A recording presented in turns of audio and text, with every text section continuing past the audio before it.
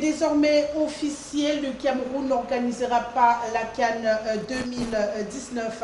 Le gouvernement camerounais vient de reconnaître son retrait au cours de cette semaine qui s'achève. Une occasion également de revenir sur les candidatures qui se positionnent à travers le continent africain, notamment officielle désormais, celle du Congo au Brazzaville. Et bien sûr, la CAN 2019 constitue le menu central de votre émission Tous Azimuts pour cet après-midi.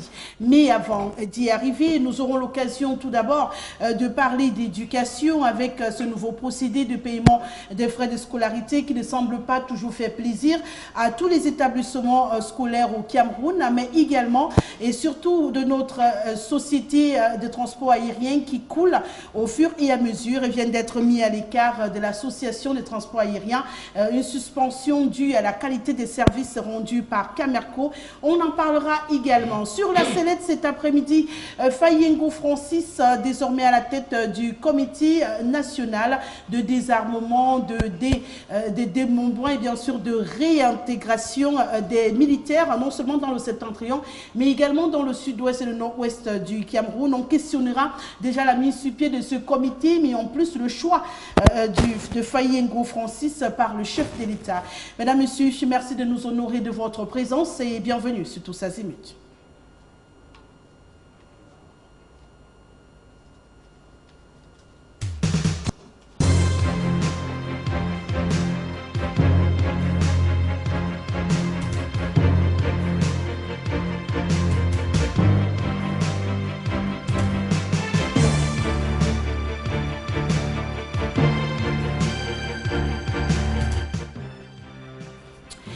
Ben voilà, cette émission se voulant interactive, vous avez un code d'accès par lequel vous pouvez nous rejoindre sur ce plateau, le 6 99 13 50 75. C'est l'unique code d'accès par lequel vous avez l'obligation de prendre part au débat. Et pour échanger cet après-midi, j'ai le bonheur de l'accueillir pour la première fois sur le plateau de Tous Azimuts. Il a fait le déplacement de Ngorma Poubi au Cameroun. C'est le maire donc, de cette commune de Ngorma Poubi, Monsieur Oum Amos.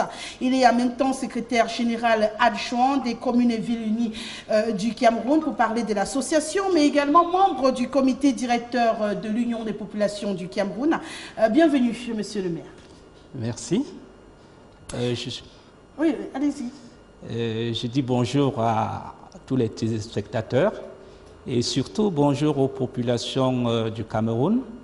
Bonjour à tous les militants de l'UPC, d'Union Ekele, bonjour aux populations de Ngorma Poubi et bonjour à tous les maires.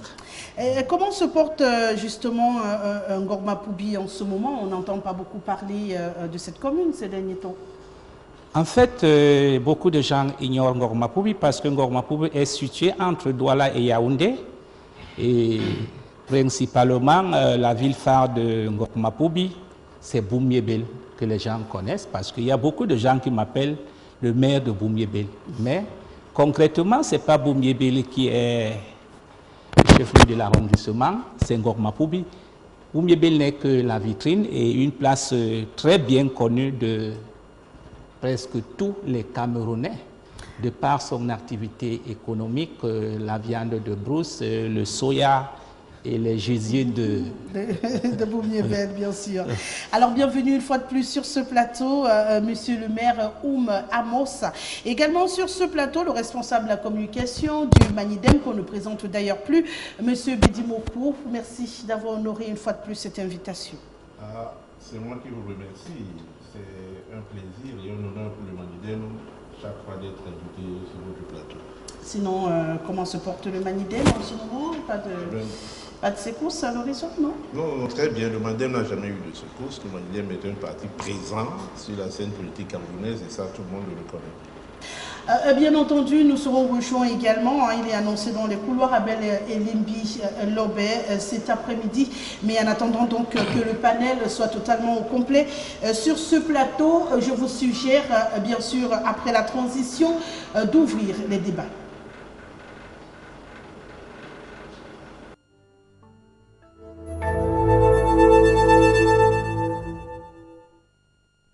Nous commencerons pas parler d'éducation cet après-midi, hein, monsieur le maire.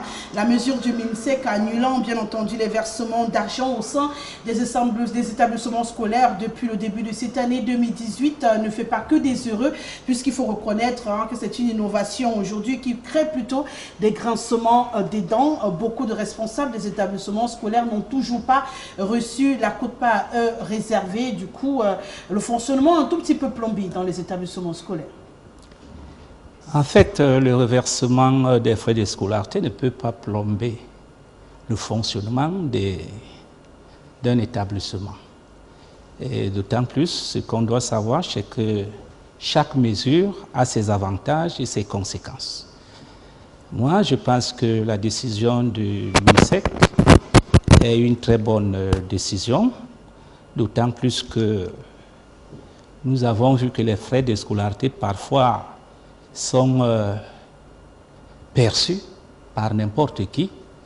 Donc c'est une façon de centraliser les frais de scolarité maintenant dans un compte. Et si tout le monde verse ça à la banque, les frais de scolarité à la banque, je crois qu'il n'y aura plus de diversion de ces frais. Oui, mais en attendant, les responsables des établissements se servaient justement de cet argent pour régler certains menus détails tout au long de l'année scolaire. On est au terme du premier trimestre et n'ont toujours pas reçu cet argent dont ils ont besoin, pourtant versé à la banque.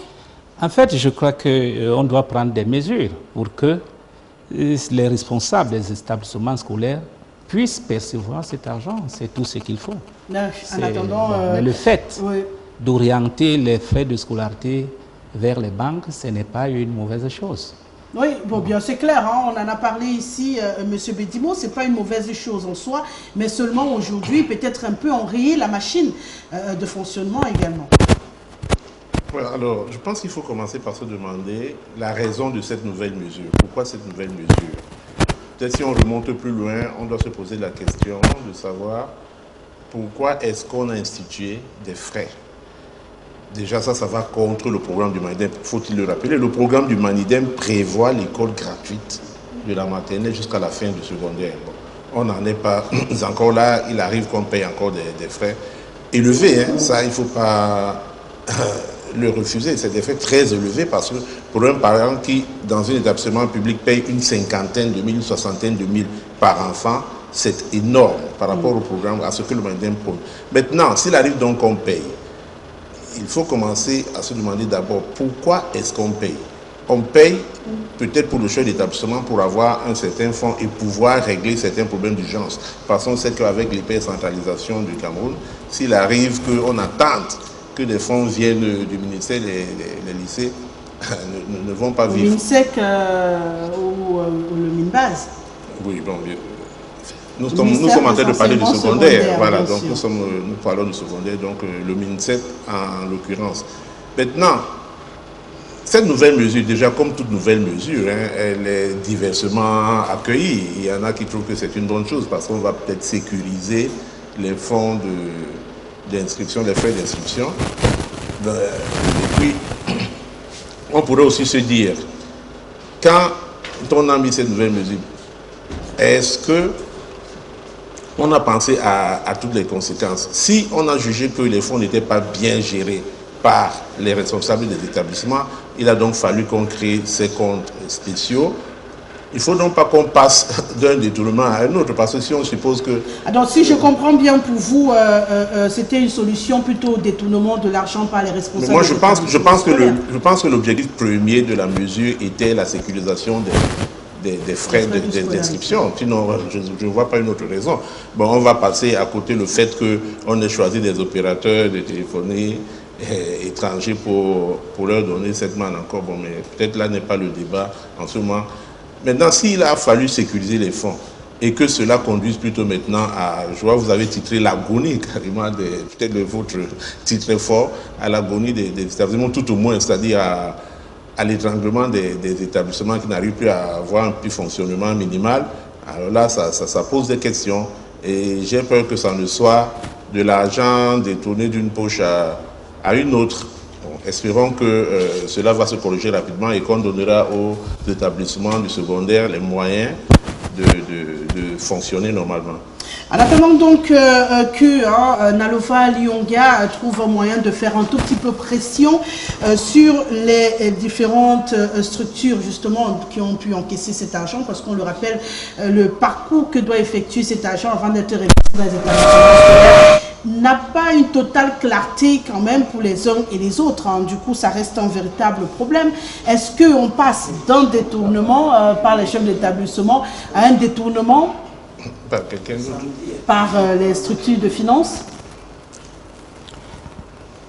Je pense que lorsqu'on met les frais de scolarité à la banque, et ça permet déjà aux structures de finances de contrôler et aussi aux chefs d'établissement de contrôler, parce que c'est une façon de sécuriser les sommes.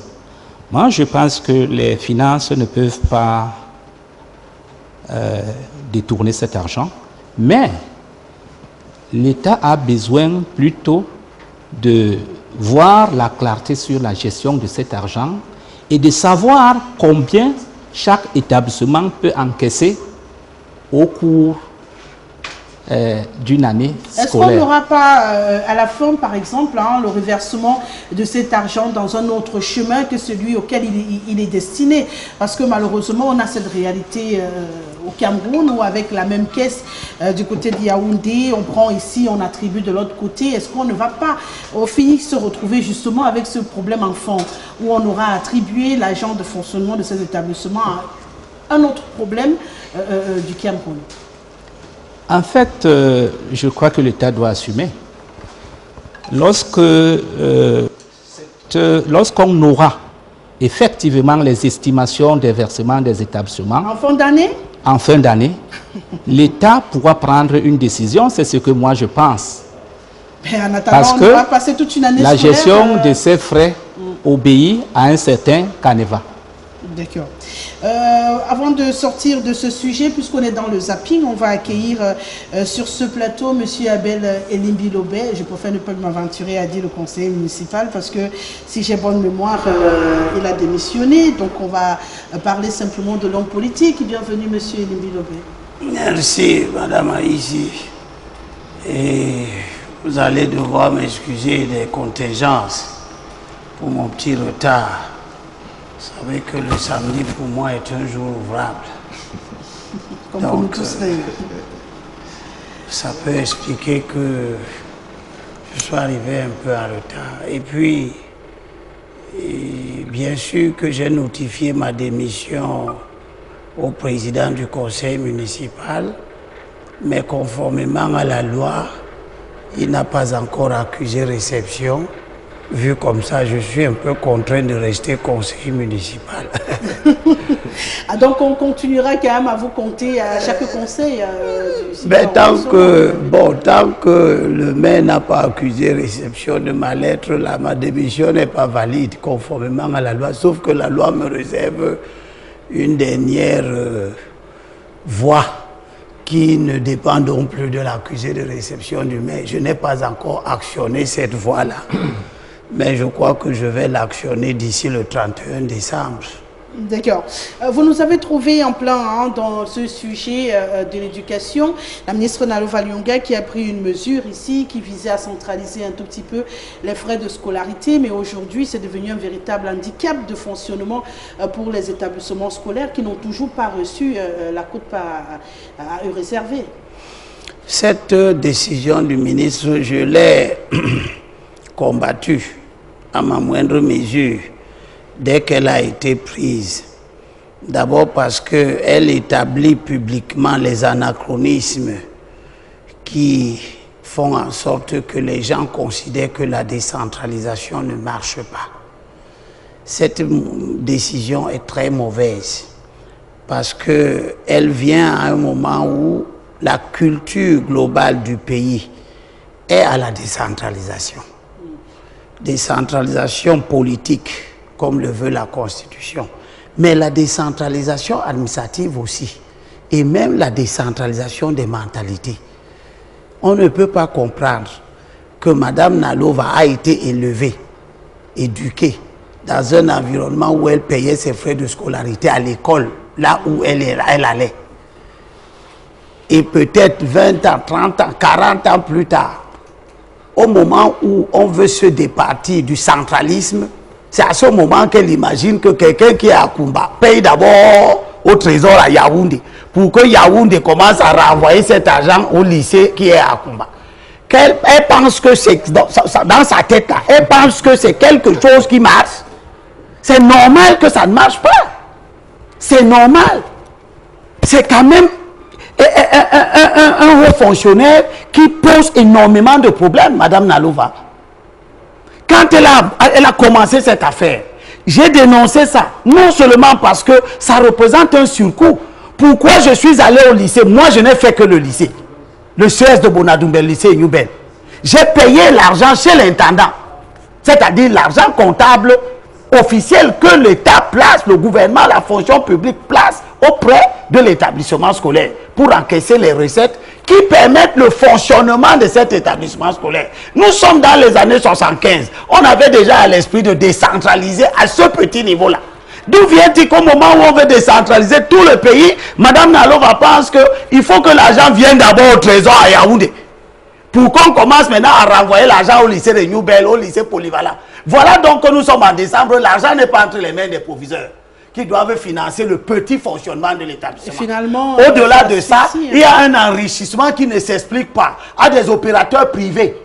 Pourquoi faut-il que quand je veux payer 25 000 francs à l'intérieur pour le lycée Newbel, parce que mon enfant fréquente au lycée Newbel, je commence d'abord à donner 200 ou 300 francs ou 500 francs à un opérateur téléphonique privé. Et ça ressemble à rien du tout, mais lorsqu'on sait qu'on a 7 millions d'élèves, eh bien vous avez 500 francs de frais à payer à des opérateurs. Pour 7 millions d'élèves, ce n'est plus rien du tout pour l'État et ce n'est plus rien du tout pour la collectivité nationale. Je suis surpris de voir que jusqu'à maintenant, le Premier ministre est occupé, je ne sais pas par quoi, mais cette affaire-là, qui sent l'odeur de la corruption, le Premier ministre aurait dû mettre un holà à cette affaire. Bon, il est occupé à la mise sur pied du CNDD. Il reviendra s'occuper de cette affaire lorsqu'elle sera au centre d'un grand scandale.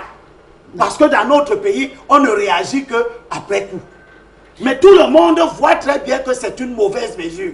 Elle n'a même pas de raison d'exister. Elle ne sécurise rien du tout. Tous les frais qu'on paye au trésor, est-ce qu'on les paye par les opérateurs? Et pourtant, ils ne sont pas sécurisés. Qu'est-ce que c'est que la sécurisation lorsque l'argent est payé entre les mains d'un comptable assermenté de l'État qui est placé auprès des établissements publics? Quelle autre sécurisation vous voulez? Bon, peut-être on ne veut plus voir les gens qui emportaient les millions dans les établissements. Mais écoutez, que les gens aient emporté des millions, ça ne ressemble à rien du tout à un ministre qui a emporté des lingots d'or. Donc vous comprenez que ce n'est pas le souci principal. Si ce n'est que pour la transparence, eh bien ce n'est pas du tout le souci principal. Parce que normalement, lorsque les enfants ont payé les frais de l'argent nécessaire pour les examens, etc., ils payent ça où? Nous, on payait, on apportait un mandat, lettre, qu'on associait, on ne payait pas en espèces auprès du comptable de l'établissement. On payait au trésor et on payait à la poste. On faisait un mandat au profit du ministre des enseignements secondaires à l'époque, ministère de l'Éducation, et les frais des examens étaient ainsi payés. Et l'établissement scolaire gérait l'argent papier sous forme d'un mandat lettre adressé au ministre qui était valide. On n'a jamais entendu parler de détournement.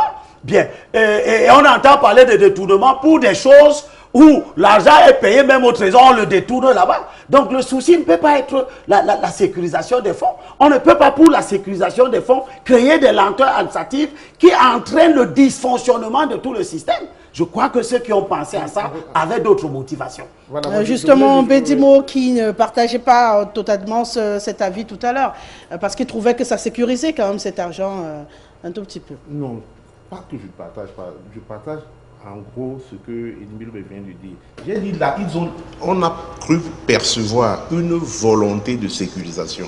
Ou alors c'est comme ça qu'on a voulu expliquer la chose. Mais est-ce que c'est ce qui s'est réalisé à la fin?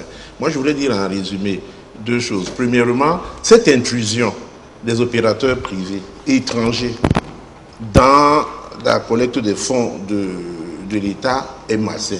cette inclusion est malsaine. Et en général, comme les choses se passent chez nous, je me doute bien que ça n'a pas dû se faire pour rien. Il y a forcément des intérêts cachés derrière, ce qui est très mauvais et nocif pour la santé morale, la santé économique du pays. Autre chose, une fois de plus, on a l'impression que c'est une mesure qui a été prise à la hâte, c'est-à-dire sans préparation. Parce que tout se passe maintenant comme si on a voulu centraliser ces fonds-là, mais on n'a pas prévu comment les redistribuer.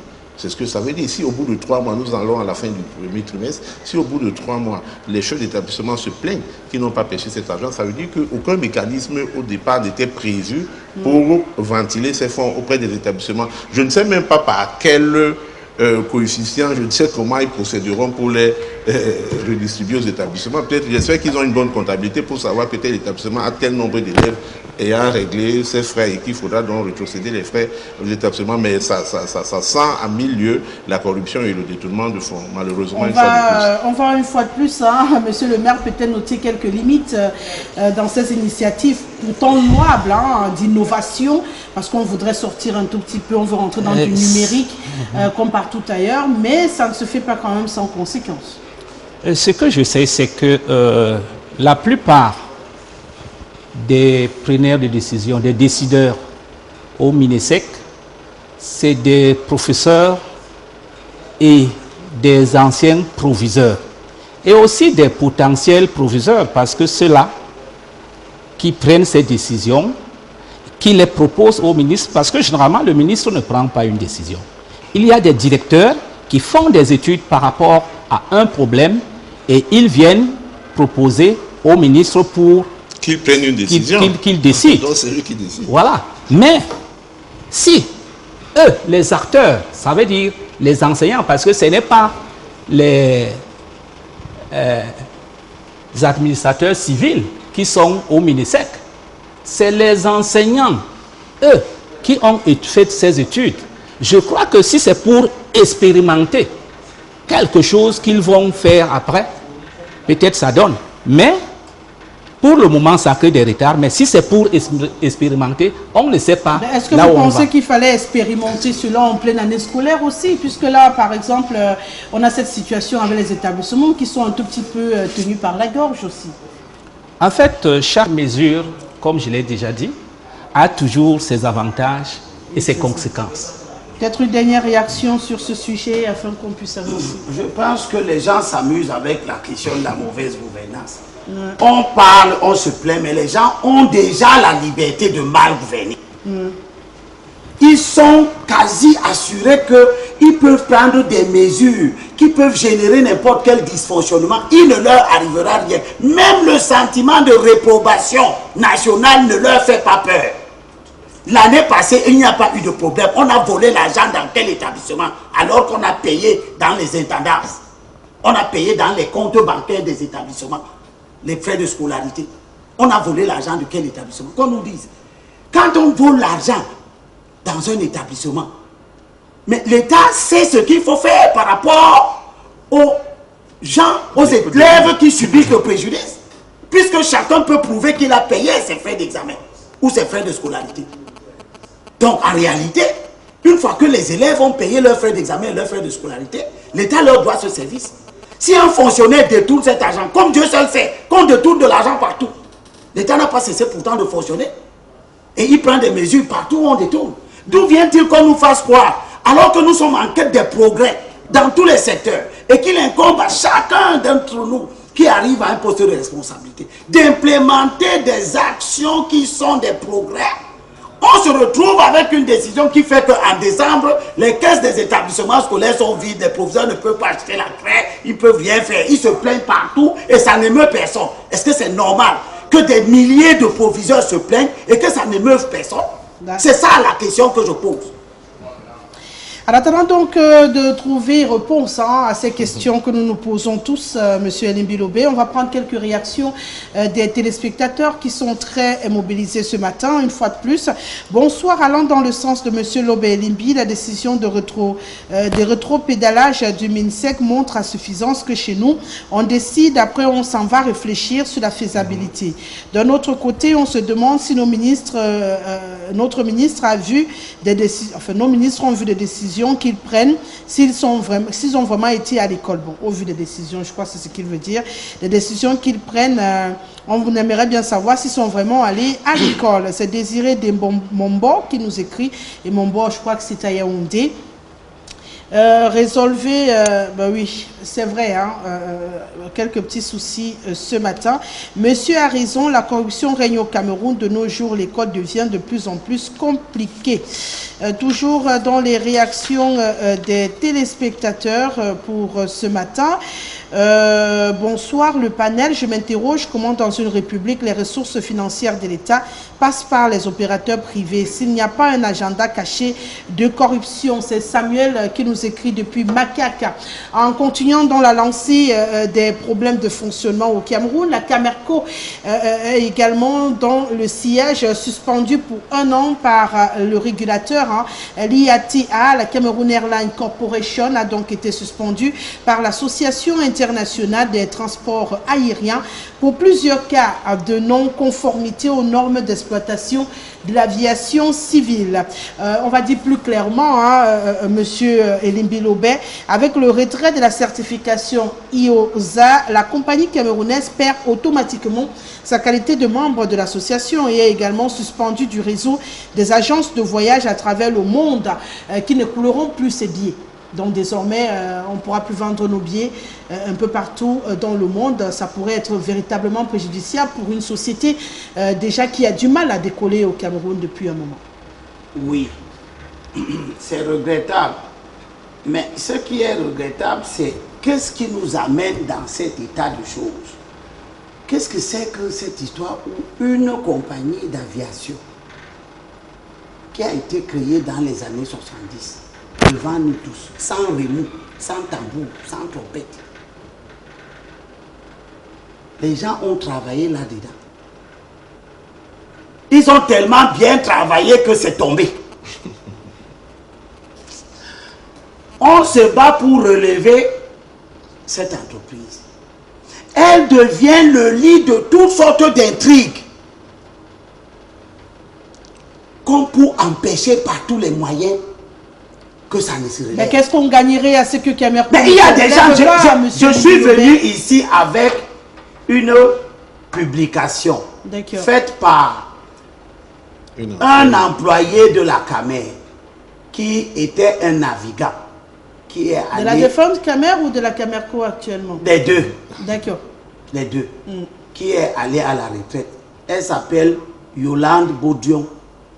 Ah, d'accord. Qui a travaillé à la Camer. Qui aujourd'hui fait dans la production. Et qui publie ça dans un forum des employés de la Camer pour se fâcher contre ses collègues qui torpillent et qui font un tapage énorme sur les écarts qui peuvent avoir conduit, les écarts des normes, parce qu'il y a un certain nombre de prestations et c'est ça qui sont normalisés par des organes de certification, etc. Bon, ça c'est les côtés techniques de cette affaire. Bref, il n'y a que la Camer apparemment a des écarts par rapport à ces normes-là.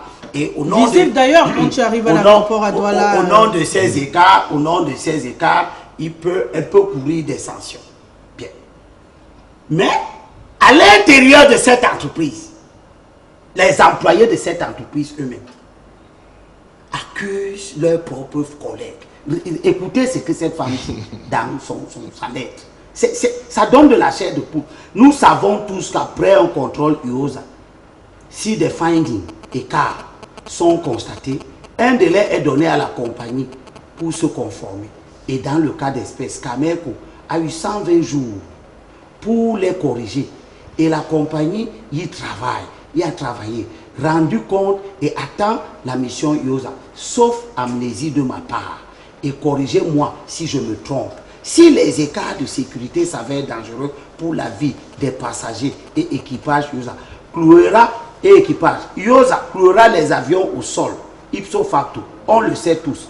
Je peux me tromper, mais de la petite formation reçue, aussi bien au centre de formation Air France et chez Boeing, à Seaton, pendant mes 11 petites années en tant que navigante. C'est comme cela que ça fonctionne dans le monde entier. Et même les plus grandes compagnies au monde ont des findings. et vole avec des tolérances. On le sait tous, aucune compagnie au monde ne peut faire 100% sur des contrôles USA. Aucune. Je suis choqué parce que ce sont les mêmes vieilles méthodes que vous avez toujours utilisées depuis que le Cameroun elle s'est doté d'une compagnie aérienne en 1972. Les multiples changements de DG depuis 1972, c'est vous. Des groupuscules, ces groupuscules qui se sentant mis à l'écart pour mille et une raisons par un nouveau management, se battent pour s'en défaire. Ok. Pourquoi? Okay. Vous voyez que on ne va pas lire toute la lettre, mais vous voyez que la Camer croule sous ses propres intrigues. Oui, mais... Parce qu'il y a des gens qui ne veulent pas que le nouveau directeur général travaille. Il y a quelques années, Nana était là. Les mêmes ne voulaient pas que Nana travaille. Il y a quelques années, c'était les Blancs. On n'a pas voulu que les Blancs travaillent. Qu'est-ce que c'est que ces gens-là qui sont dans cette compagnie, qui, parce qu'on les a mis à la retraite, et ce n'est pas la retraite anticipée, parce qu'on leur a refusé des prolongations, jouent à empêcher cette compagnie. Et ça ne s'arrête pas à la Camer. C'est une affaire parce que j'ai cherché toute la nuit à savoir. Rassurez-vous, je reviens vers vous pour entrer en profondeur. Le secrétariat général de la présidente fait quoi dans cette affaire? Ben, on en arrive, hein, même si on est quand même obligé, M. Bedimo, de se demander si on va seulement focaliser sur un réseau interne à la Camerco. Parce que, qu'on le veuille ou non, on a peut-être changé les directeurs, mais dans la qualité également, quand tu arrives à l'aéroport, on doit reconnaître que visiblement, il y a des problèmes quand même. Voilà, remontons un peu l'affaire au début. Vous avez annoncé en titre que la certification avait été retirée à Camerco. Oui. Ce n'est pas ce qui ressort du communiqué. Ah non, de la on les a direction. suspendus pour l'instant. Ce n'est pas ce qui ressort du communiqué de la direction de Camerco qui dit ceci. La certification a un délai. Et cette certification est arrivée à son terme. Elle doit être renouvelée.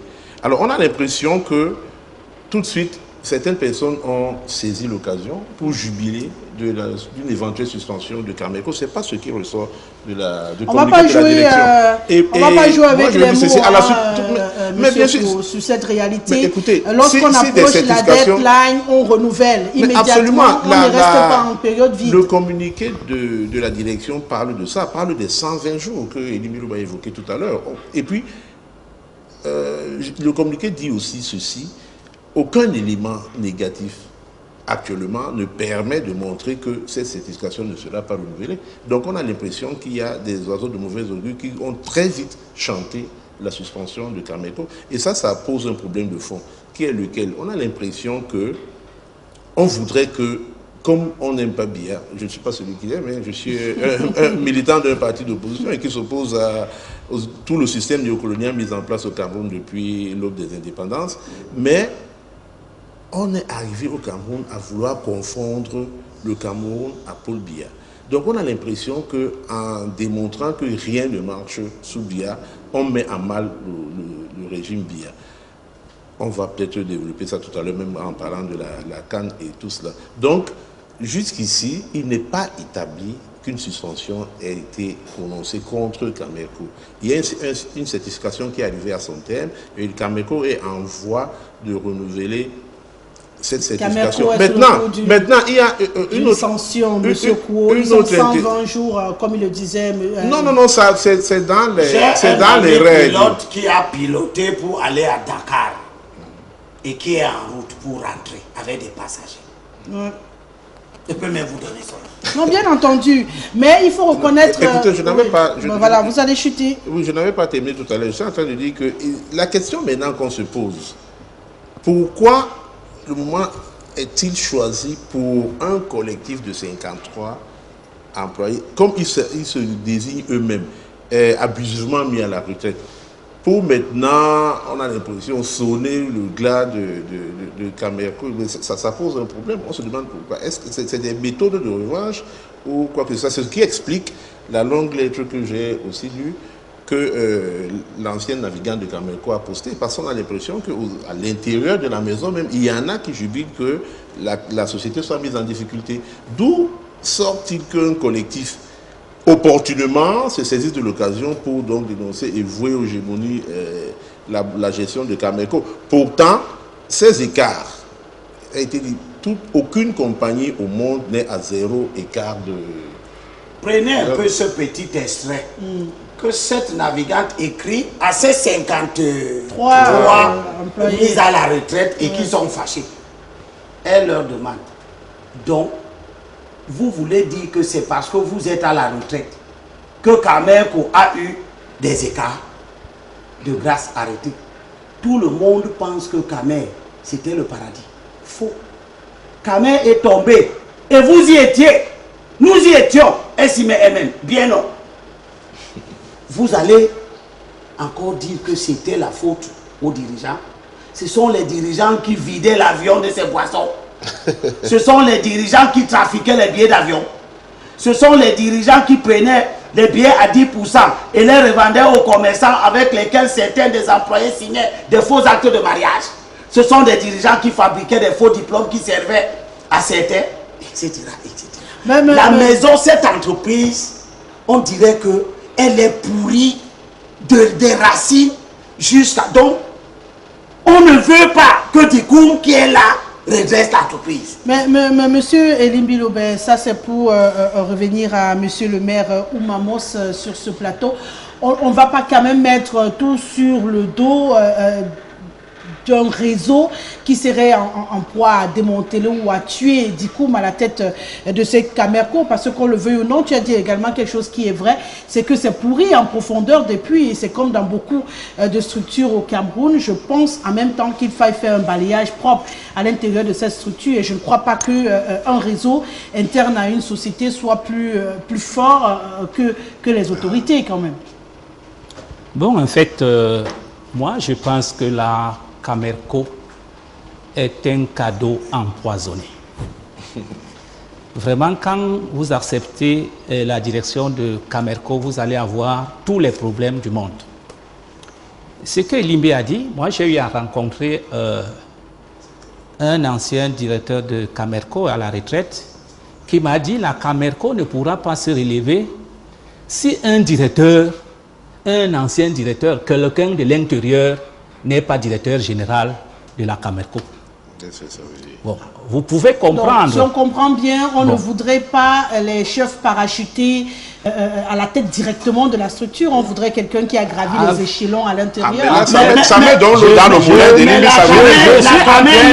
Je suis en train de... qui ont gravi les échelons. Je suis en train de comprendre. Samuel Lebois était un ancien employé de la Camer. On va peut-être laisser monsieur le maire... Ceux qui ont bâti la Camer n'étaient pas d'abord des employés de la Camer. Ceux qui l'ont successivement dirigé n'ont jamais été des employés. Je suis en train de confirmer ce que M.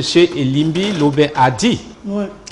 Parce que quand on regarde les finances de la Cameco, on constate que le nouveau directeur général qui est là, il est en train de faire les efforts parce que il y a le chiffre d'affaires de la Cameco par rapport à l'année dernière, disons pendant la même période, a grimpé. Mais le problème de la Cameco, c'est un problème qui concerne tous les Camerounais, hein, nous tous. Parce que les agences de voyage sont très difficiles à gérer. Très, très difficiles. Comme la Cameco. Bon, il faut la clientèle. Aujourd'hui, quand un Camerounais veut voyager, il ne veut pas prendre la Cameco. Il veut prendre Swissair, Air France et autres. Nous tous, nous le faisons. Ce qui n'est pas normal. Parce que les gens qui doivent promouvoir leur agence de voyage, c'est d'abord les nationaux, partout. Mais tel n'est pas le cas. Peut-être parce qu'on n'est pas rassuré aussi. Les autres effets qui sont là ne font que augmenter la crise. Donc, et on ne sait pas vraiment à quand la sortie de crise de la Cameco. On va dire, hein, à quand le bout prenez encore ce petit morceau choisi, ce tout petit morceau choisi. D'accord, écoutez ce que cette femme dit, en parlant à ces 53 retraités qui ne veulent pas partir. Voilà un jeune qui arrive. On a quand même un âge pour partir en retraite. Elle en parle d'ailleurs. Voilà un jeune qui arrive dans cette compagnie, fait un travail de fond. vous remercie pour le sacrifice que vous avez consenti pour le pays. Votre âge tout seul vous envoie à la retraite. Vous voulez encore torpiller les choses. Vous connaissez bien la réglementation sur l'âge de la retraite. Laissez la place aux jeunes. Maintenant, il a mis à nu tous les faux diplômés à Cameroun. Vous voulez le tuer. Ils envoient ceux qui le méritent à la retraite. Vous demandez qu'on le chasse. Non, non, cette compagnie appartient à vos enfants et à petits-enfants. Laissez-les. Laissez-les faire leur temps, comme vous avez fait le vôtre. Donc, voilà, ça montre qu'il y a un climat dont parle le maire. Un climat de... Tant que ça ne sera pas nous, vous n'aurez pas de caméra. Mais M. Elimbilobe, est-ce qu'on ne peut pas détecter ces personnes-là et finalement, pour une bonne fois pour toutes, nettoyer la structure parce qu'en même temps, c'est ce que le nouveau DG fait, de se séparer de ceux qui ont fait le lit de l'intrigue dans la caméra. On les connaît et on s'en sépare au fur et à mesure. Hein, que la séparation peut être faite dans de meilleures conditions, entre autres. Là, le départ à la retraite, c'est une forme de séparation. Surtout refuser de proroger.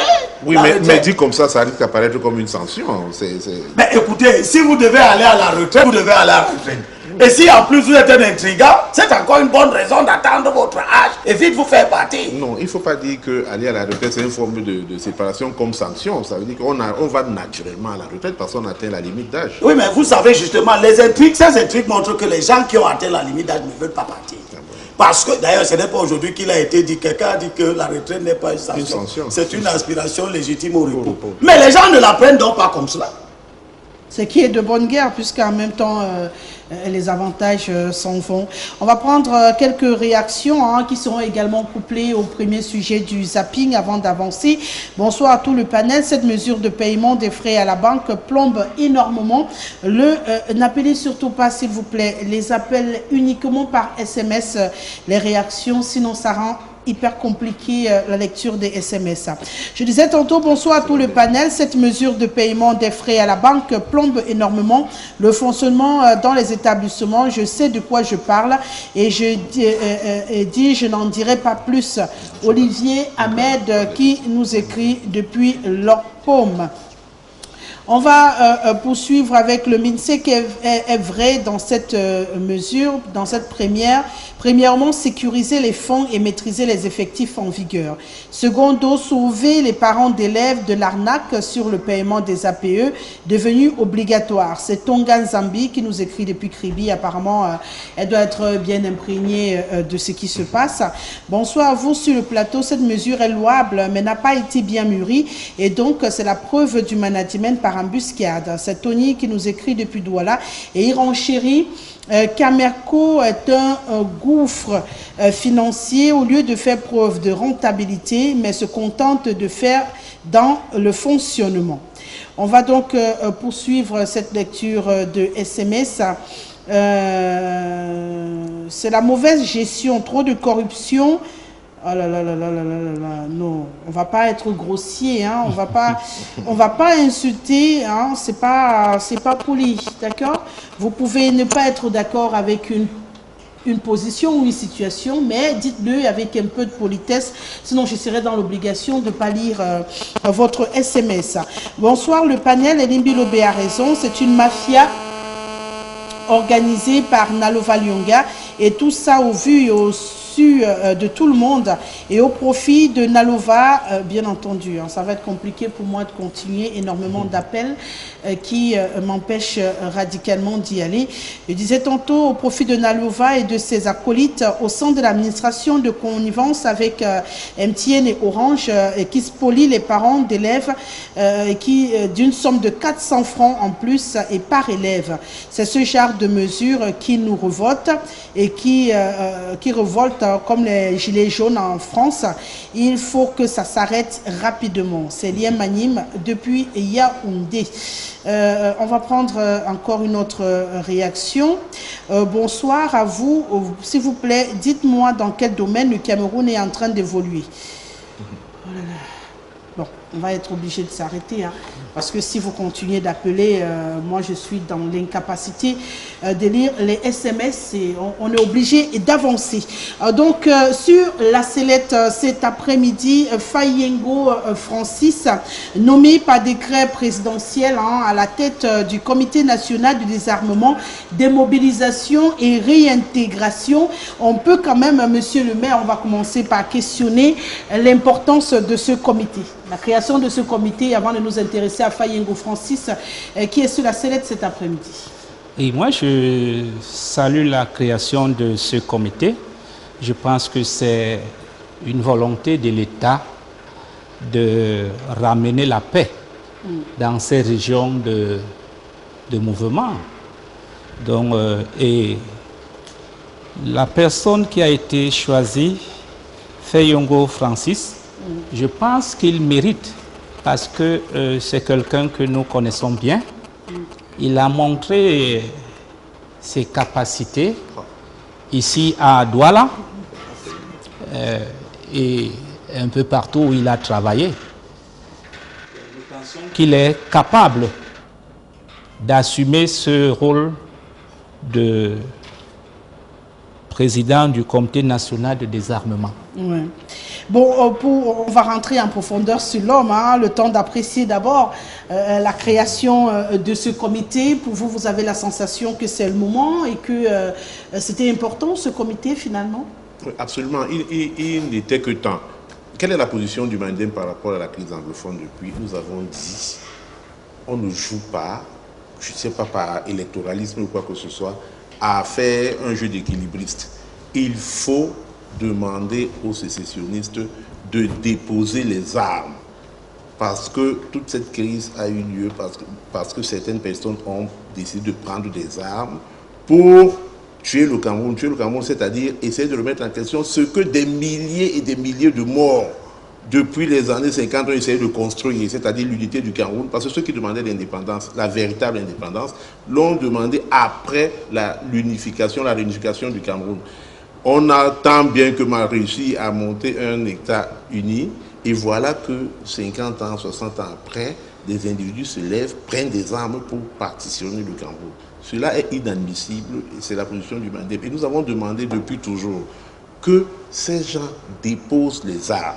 Nous avons été contre ces positions qui parlaient de cesser le feu bilatéral, c'est-à-dire mettre sur le même pied une armée régulière qui a la légitimité du port d'armes avec des individus qui ont pris des armes de manière totalement illégale et illégitime. Voilà. Maintenant, si j'entends l'acronyme de ce comité, c'est-à-dire désarmement, démobilisation et réintégration, ça veut dire que le gouvernement est arrivé à nos positions, c'est-à-dire demander désarmement. On ne parle pas des militaires camerounais, on parle donc des armes de ceux qui ont pris des armes. Maintenant, le problème est tellement sérieux que il ne faudrait pas que cela soit un machin de plus pour Biya, c'est-à-dire il en a l'habitude. Vous allez me dire où est, comment ils ont appelé ça, la commission du bilinguisme et du multiculturalisme, on ne sait pas, elle est passée maintenant par perte de profit. Voilà un machin. Donc vous espérez que ce n'est pas un autre comité de plus qui finalement... C'est la peur. Pas qu'on j'ai dit, le problème est tellement sérieux. Et ce comité, il nous tient tellement à cœur que nous avons peur et nous ne voulons absolument pas que cela bien s'en serve comme de nouveaux machins pour distraire l'opinion. Voilà, il faut que ce soit véritablement réalisé, qu'il y ait véritablement ce désarmement, cette démobilisation et cette réintégration. Surtout qu'il nous reste un gros problème à l'horizon. Alors, qui rentre dans cette réintégration? Étant donné que l'impression que nous avons actuellement est que la situation est hors contrôle. Ouais. C'est-à-dire ceux qui ont initié tout ce grabuge dans le pays, nous avons l'impression qu'ils ont eux-mêmes perdu le contrôle des choses. Actuellement, c'est de bandes armées incontrôlées qui pillent, qui raquettent, qui kidnappent, qui tuent. Alors, est-ce que ceux qui ont lancé le mouvement, ces soi-disant leaders ambazoniens, est-ce qu'ils ont les moyens maintenant d'appeler à l'ordre ceux qu'ils ont jetés sur le terrain et leur demander de venir déposer les armes?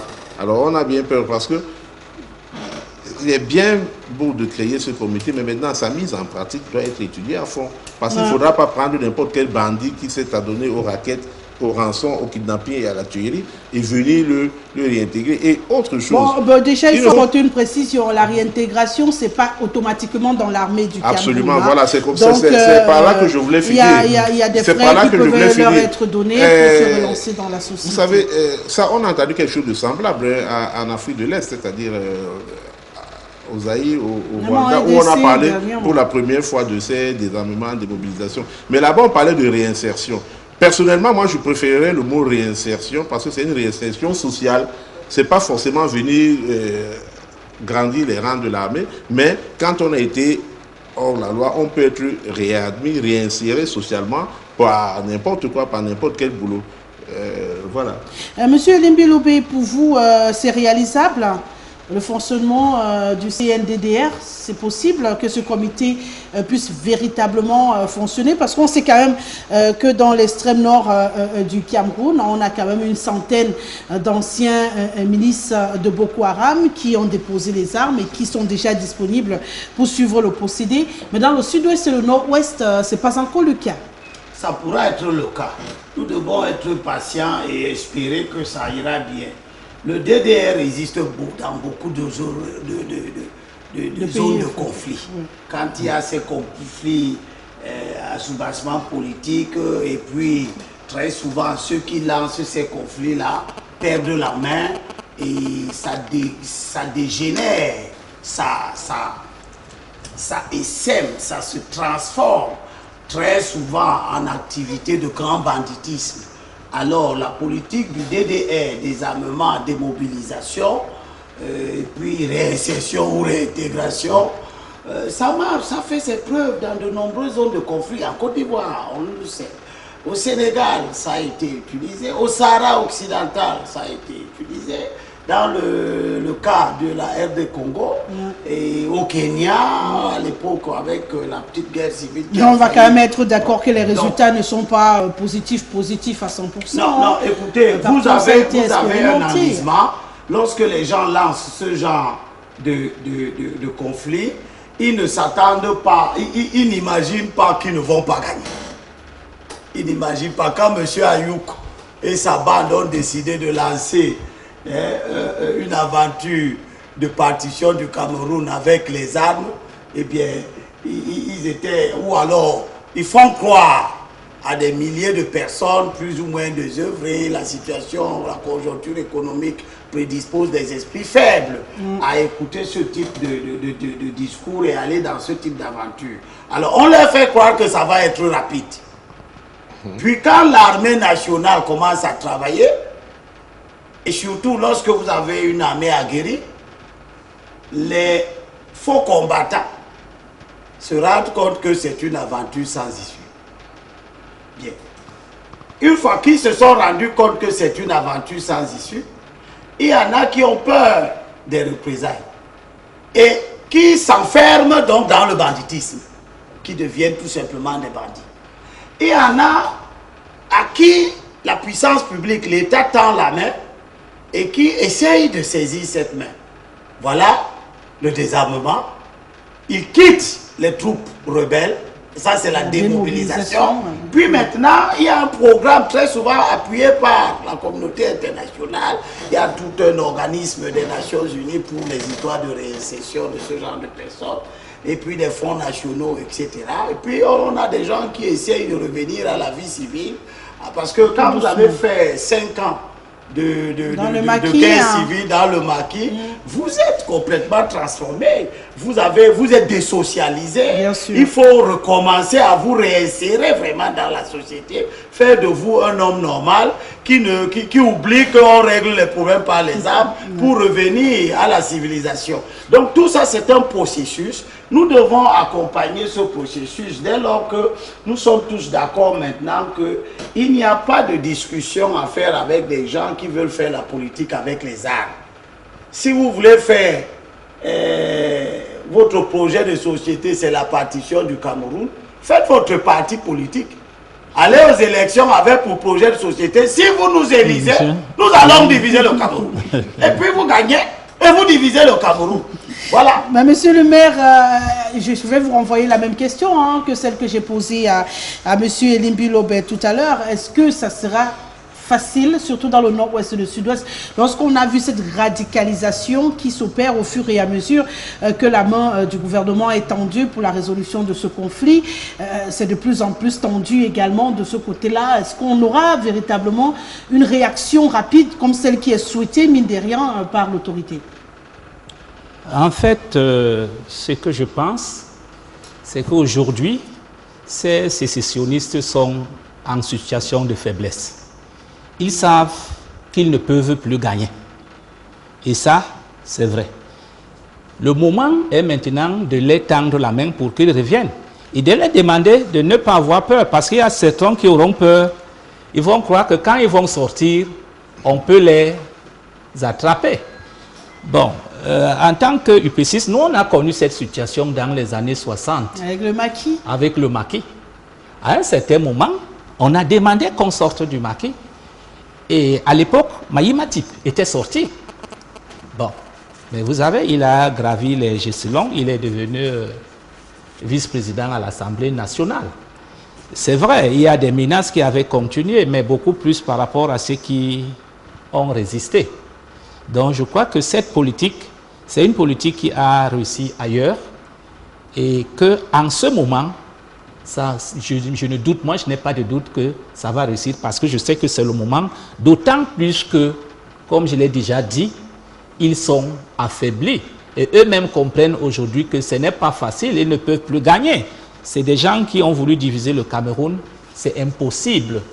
Donc il n'y avait pas de débat à faire à ce niveau pour dire que bon, il faut une négociation. Nous, au niveau de l'UPC, nous avons eu à défendre l'unité du Cameroun parce que je crois que le premier parti politique à poser le problème de l'unité du Cameroun, c'est l'UPC qui a œuvré pour ça et jusqu'aujourd'hui, c'est un héritage pour nous. Donc il n'est pas question de diviser le Cameroun ou de négocier même la division du Cameroun. Bon, comme mon frère Elimba a dit, si quelqu'un veut diviser le Cameroun, bon, qu'il fasse ses partis politiques et qu'il dise, bon, moi je vais diviser le Cameroun si je deviens président. Donc, alors, qu'il le fasse. Mais pour le moment, je pense que ce comité est vraiment à sa place et va réussir sa mission.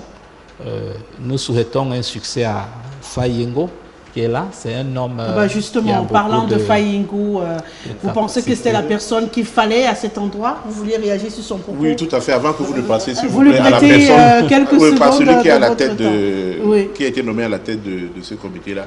Je voudrais reprendre M. le maire avec sa permission. C'est-à-dire, il a dit quelque chose qui peut prêter confusion dans la tête des auditeurs. Il est dangereux, des téléspectateurs, s'il vous plaît. Il est dangereux de comparer le mouvement de banditisme que nous observons au nord-est au sud-est avec la lutte noble et héroïque des combattants pour l'indépendance du Cameroun dans les années 50. Vraiment. Parce que nous avons, dans les années 50, le Manidem est un parti d'obédience UPCiste. UPCiste par l'idéologie, par le cycle que les gens sont en train de se déchirer là maintenant. Donc, quand on parle de l'UPC, le Manidem... On peut voir également la ressemblance. Le Manidem se sent concerné. Voilà. Donc, dans les années 50, nous avons eu une lutte noble et héroïque, légitime, pour la libération du pays contre une colonisation étrangère. Ce n'est pas ce que nous observons maintenant. Une bande armée qui, pour des intérêts égoïstes, veut diviser le Cameroun, va même plutôt, c'est-à-dire un idée qui va même plutôt contre ce pourquoi les autres ont combattu et sont morts en 1950. Voilà, il ne faut pas... Non, merci pour l'équivoque, merci. Vous avez complété, merci beaucoup. C'est vraiment ce qu'il fallait dire aux autres, qu'il ne faut pas comparer. D'accord. Pourquoi comparer? Dans le Manidem a encore quelques atomes couchés avec l'UPC. Non, j'ai bien dit que le Manidem est un parti d'obédience UPCiste. Le Manidem a été créé à partir de l'UPC. Tous les cadres du Manidem bien sûr, c'est une évidence. sont sortis de l'UPC. Donc on n'oublie pas son père automatiquement. Alors monsieur le maire, je posais la question sur le choix de Faye Ngo. Pour vous, c'est la personne qu'il faut à la tête de ce comité, même s'il doit rendre compte au Premier ministre dans l'exercice de ses fonctions. Vous pensez que Faye Ngo, c'est la personne qu'il faut? On rappelle quand même qu'il faisait partie d'une liste récemment mise au devant de la scène par Mbagangiri dans le cadre d'une gestion qui lui était reprochée. Et là, il ressurgit à la tête de ce comité. Vous avez la sensation que c'est le choix qu'il fallait? En fait, moi, ce que je juge, c'est les capacités et les performances de Faye Ngo. Si vous nous en rappeliez, Francis, que nous avons connu ici à Douala et un peu partout. Il a été gouverneur, il a exercé de hautes fonctions. Je pense qu'avec une commission aussi délicate, on ne doit vraiment pas s'amuser sur le choix des personnes. Et que si on a choisi Faye Ngo, peut-être il y a eu la liste, une grande liste, avant de dire que c'est lui qui est capable donc de pour le vous, faire. il est à la bonne place? Moi, je dis qu'il est à la bonne place. Vous partagez cet avis, M. Elimbilobé? Ce que je veux dire, c'est que on peut avoir une bonne idée d'accéder à la phase du DDR et être dans la malgouvernance qui est chronique. Je ne comprends pas très bien ce qui se passe. Le responsable de la sécurité nationale au Cameroun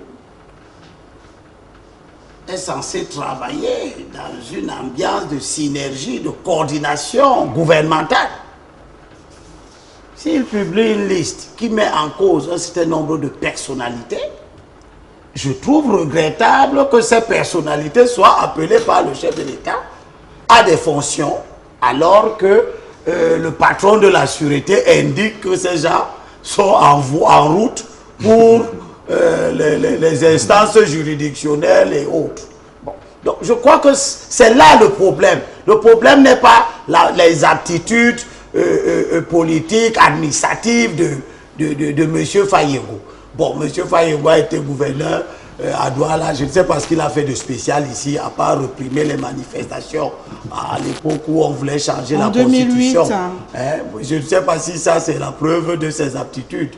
Bon, mais le choix de celui qui doit être à la tête du comité, ça concerne le président de la République qui choisit qui il veut. Ce qui me pose un problème, c'est pourquoi choisit-il quelqu'un qui a été mis en cause par le gouvernement? Non. C'est ça qui est le problème. Et c'est là où on voit que le président, dans sa gouvernance, se comporte d'une manière bizarre.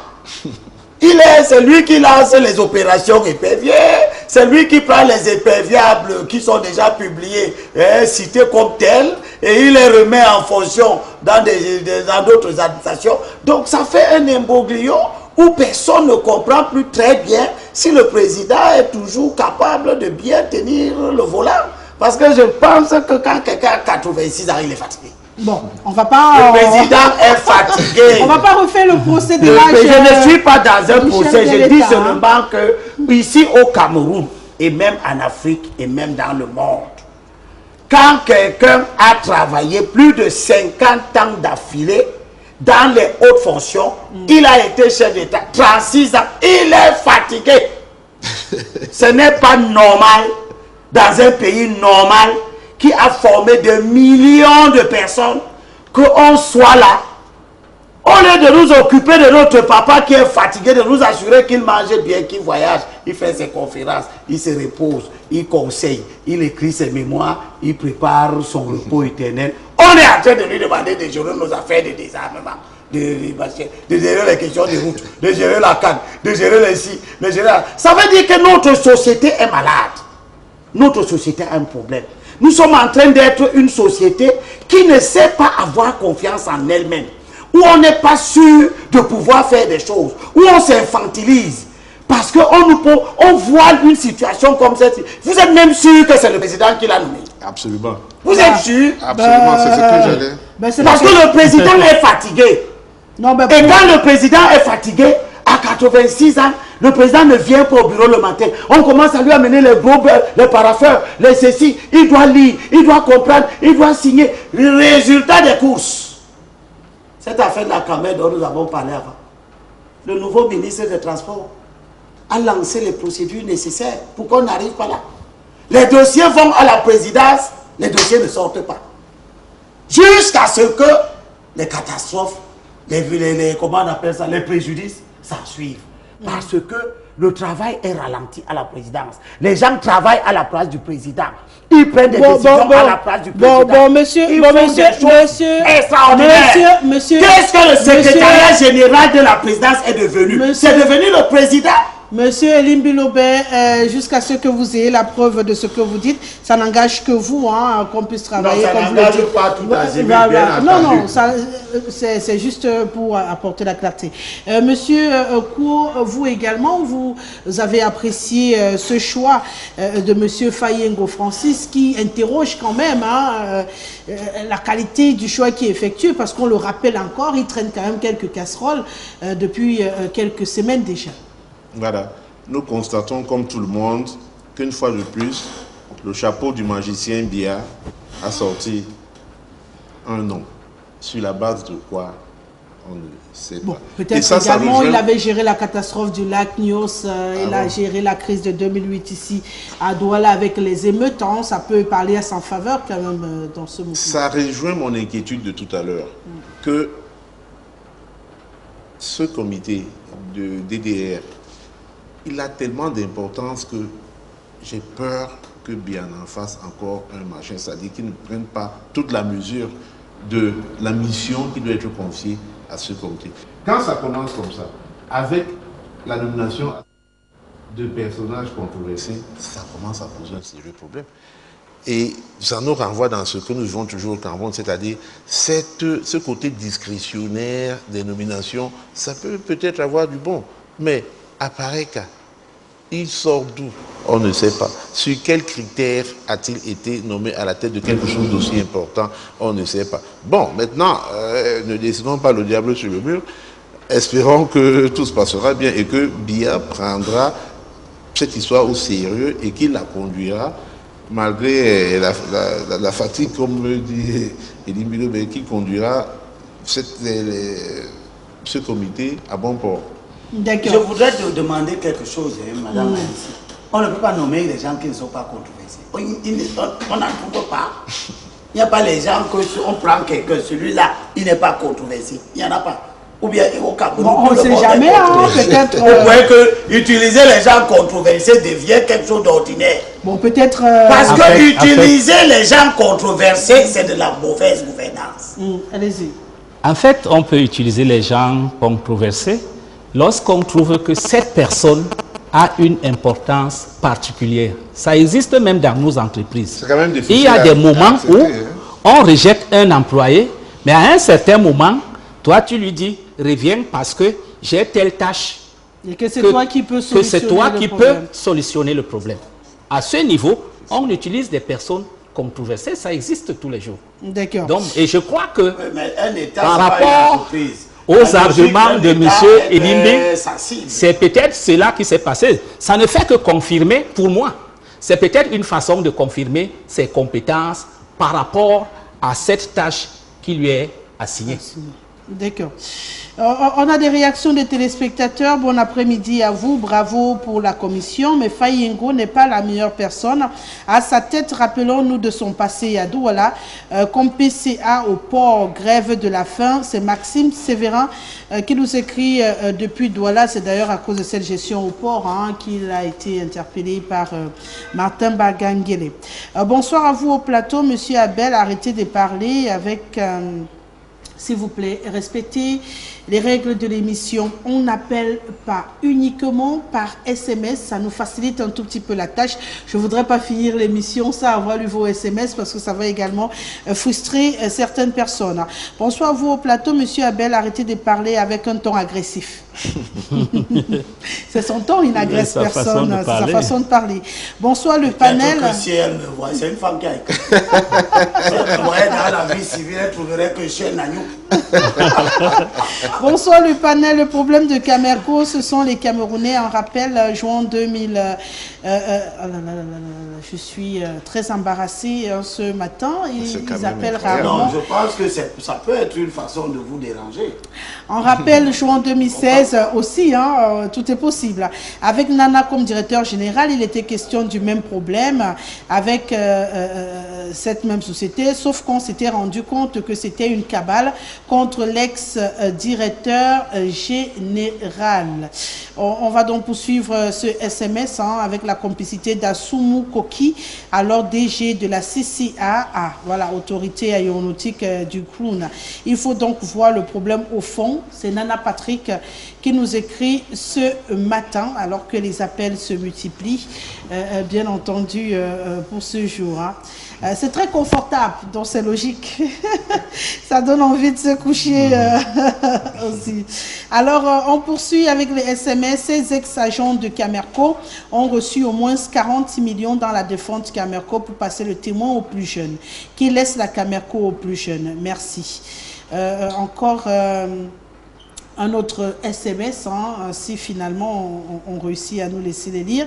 Ils ont été réintégrés à la Camerco à un âge avancé, d'où leur mise en retraite au bon moment. C'est une grâce qui n'arrive pas souvent. Ça veut dire qu'ils devraient être heureux d'être envoyés à la retraite alors qu'il y a même de quoi les satisfaire. On va encore prendre un SMS dans les conditions qui sont les nôtres aujourd'hui dans la lecture. Et apparemment, c'est le même numéro qui ne fait qu'appeler. Bonjour au panel, je rejoins ce que M. Elimbilobe vient de dire, c'est comme une envie particulière d'empêcher de lire les SMS. Bonjour au panel et aux téléspectateurs de... C'est toujours le même numéro. C'est le même. On va finir par le prendre. Il faut le décrocher, et le connecter en direct. Comme ça, il parle, tout le monde entend ce qu'il veut dire. Et aux téléspectateurs de LTM, pour moi, la commission Fayengo est une commission de plus et de trop. Les niveaux de radicalisation que l'on observe sur le terrain exigent des mesures plus dures, strictes et appropriées. Ces mesures cosmétiques prendra trop de temps pour faire revenir les choses à la normale dans le Nozo. C'est Étienne du pays de l'Orpaume à Douala qui nous écrit, il a écrit du pays de l'Orpaume ce matin. On va prendre une toute dernière réaction. Bonsoir le panel. Il me semble que l'État prend vraiment au sérieux cette situation de la zone anglophone, par exemple. C'est difficile parce que les exactions profitent aux bandits. Rien n'est plus fort que l'État. C'est Christian qui nous écrit dans le Mungo et qui, pour lui, ce sont des mesures qui pourraient solutionner aisément ce problème. Et puis, dernière réaction. Bonsoir à tout le monde. La Camerco ne peut pas se relever parce qu'elle est très surchargée. Les gens qui ne servent à rien. Bon, je pense que... Bon, ça c'est un nouveau numéro. Ça change. Il a changé de numéro. Les gens qui ne servent à rien, en plus le rapport entre nombre d'avions et effectifs est largement au-dessus des normes internationales. C'est Joseph qui nous écrit depuis Bonabéry. On va s'arrêter là et parler de décentralisation juste après la transition.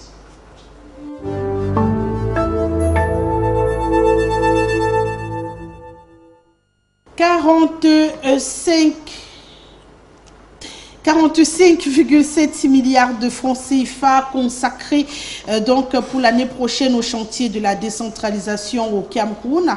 Une dotation qui passe de 11,4 milliards de francs CFA, le budget de 2018. Donc il faut dire que la décentralisation est classée au cœur même des priorités du nouveau septennat du chef de l'État. Vous qui êtes maire, parce qu'on a également un conseiller sur ce plateau, on est en plan dans votre réalité.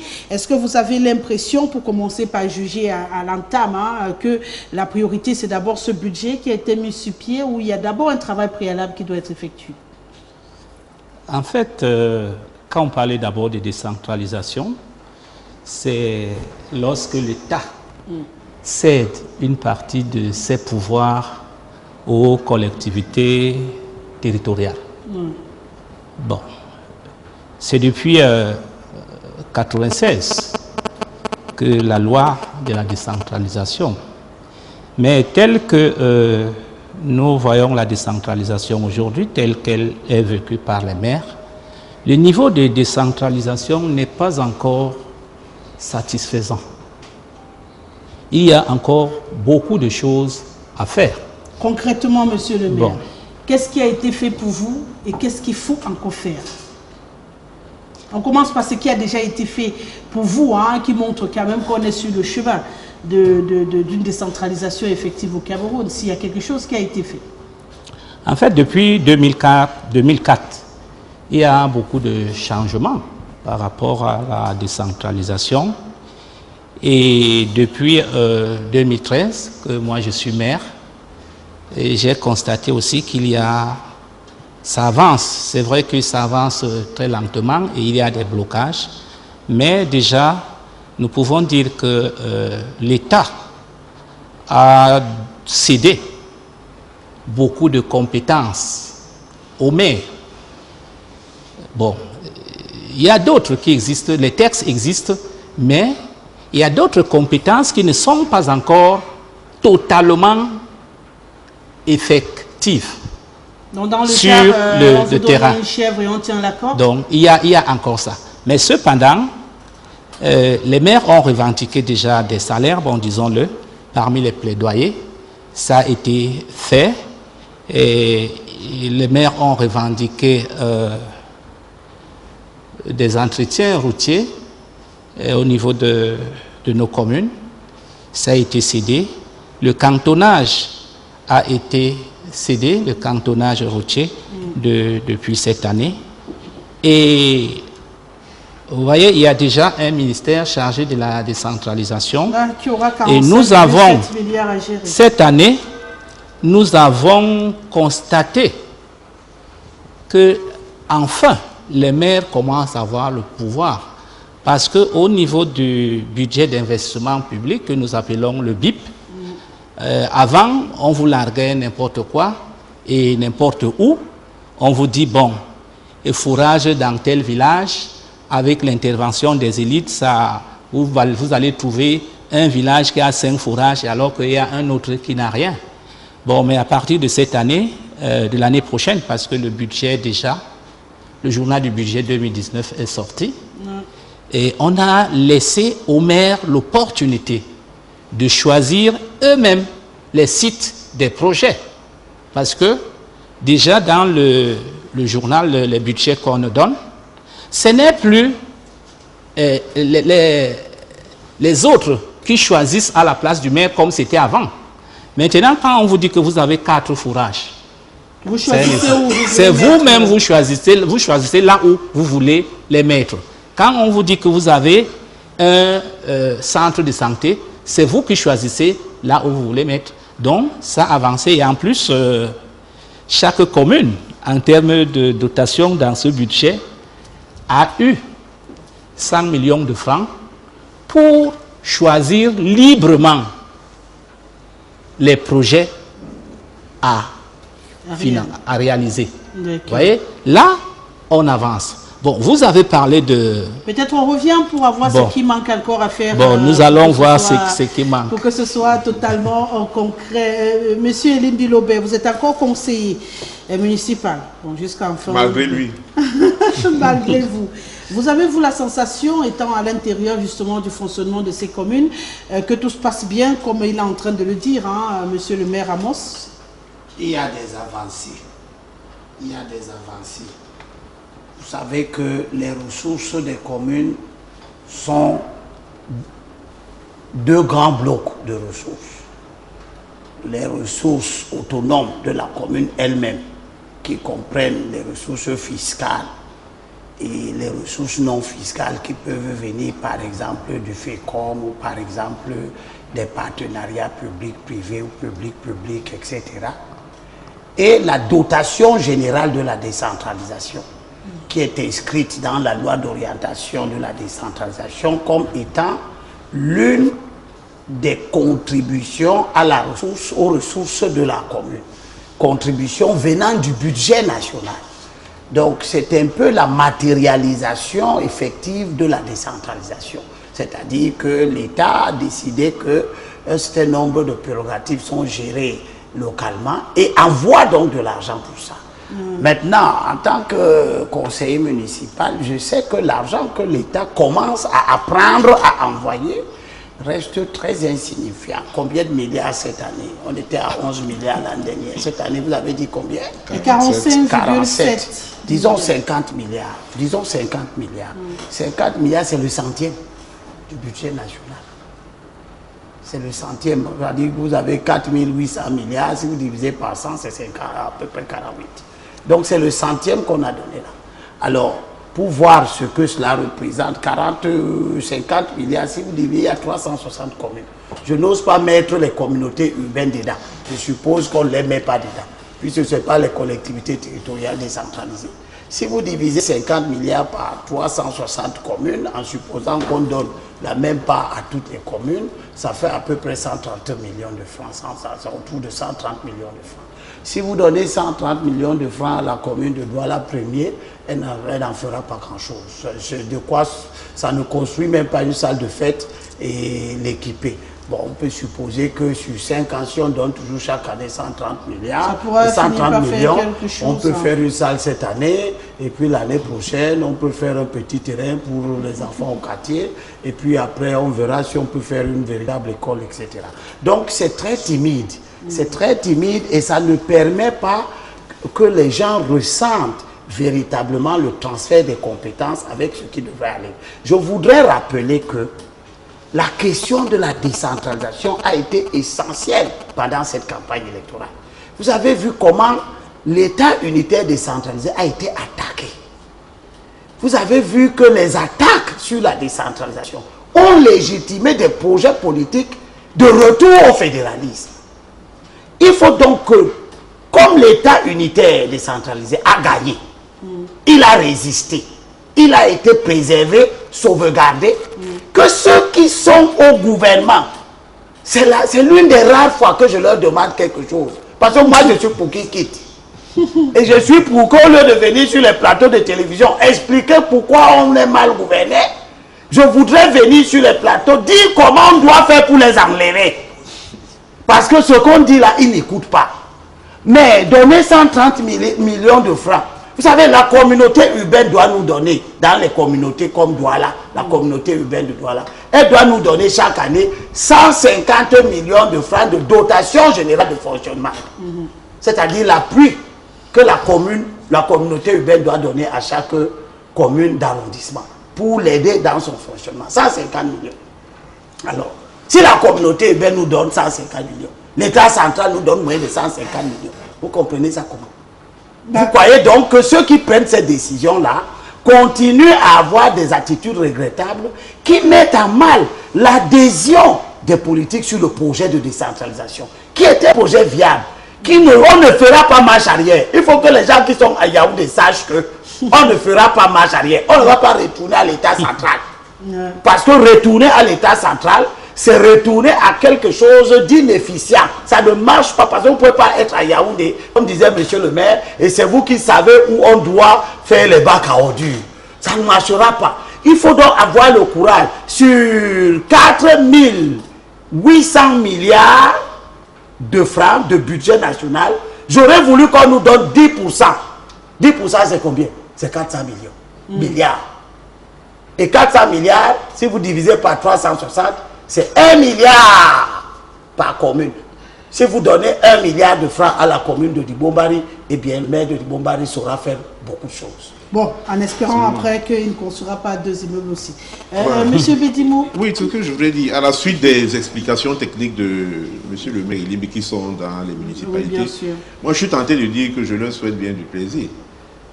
Je leur souhaite bien du plaisir, pourquoi? Parce que je ne vois aucune volonté politique derrière cette histoire de décentralisation-là.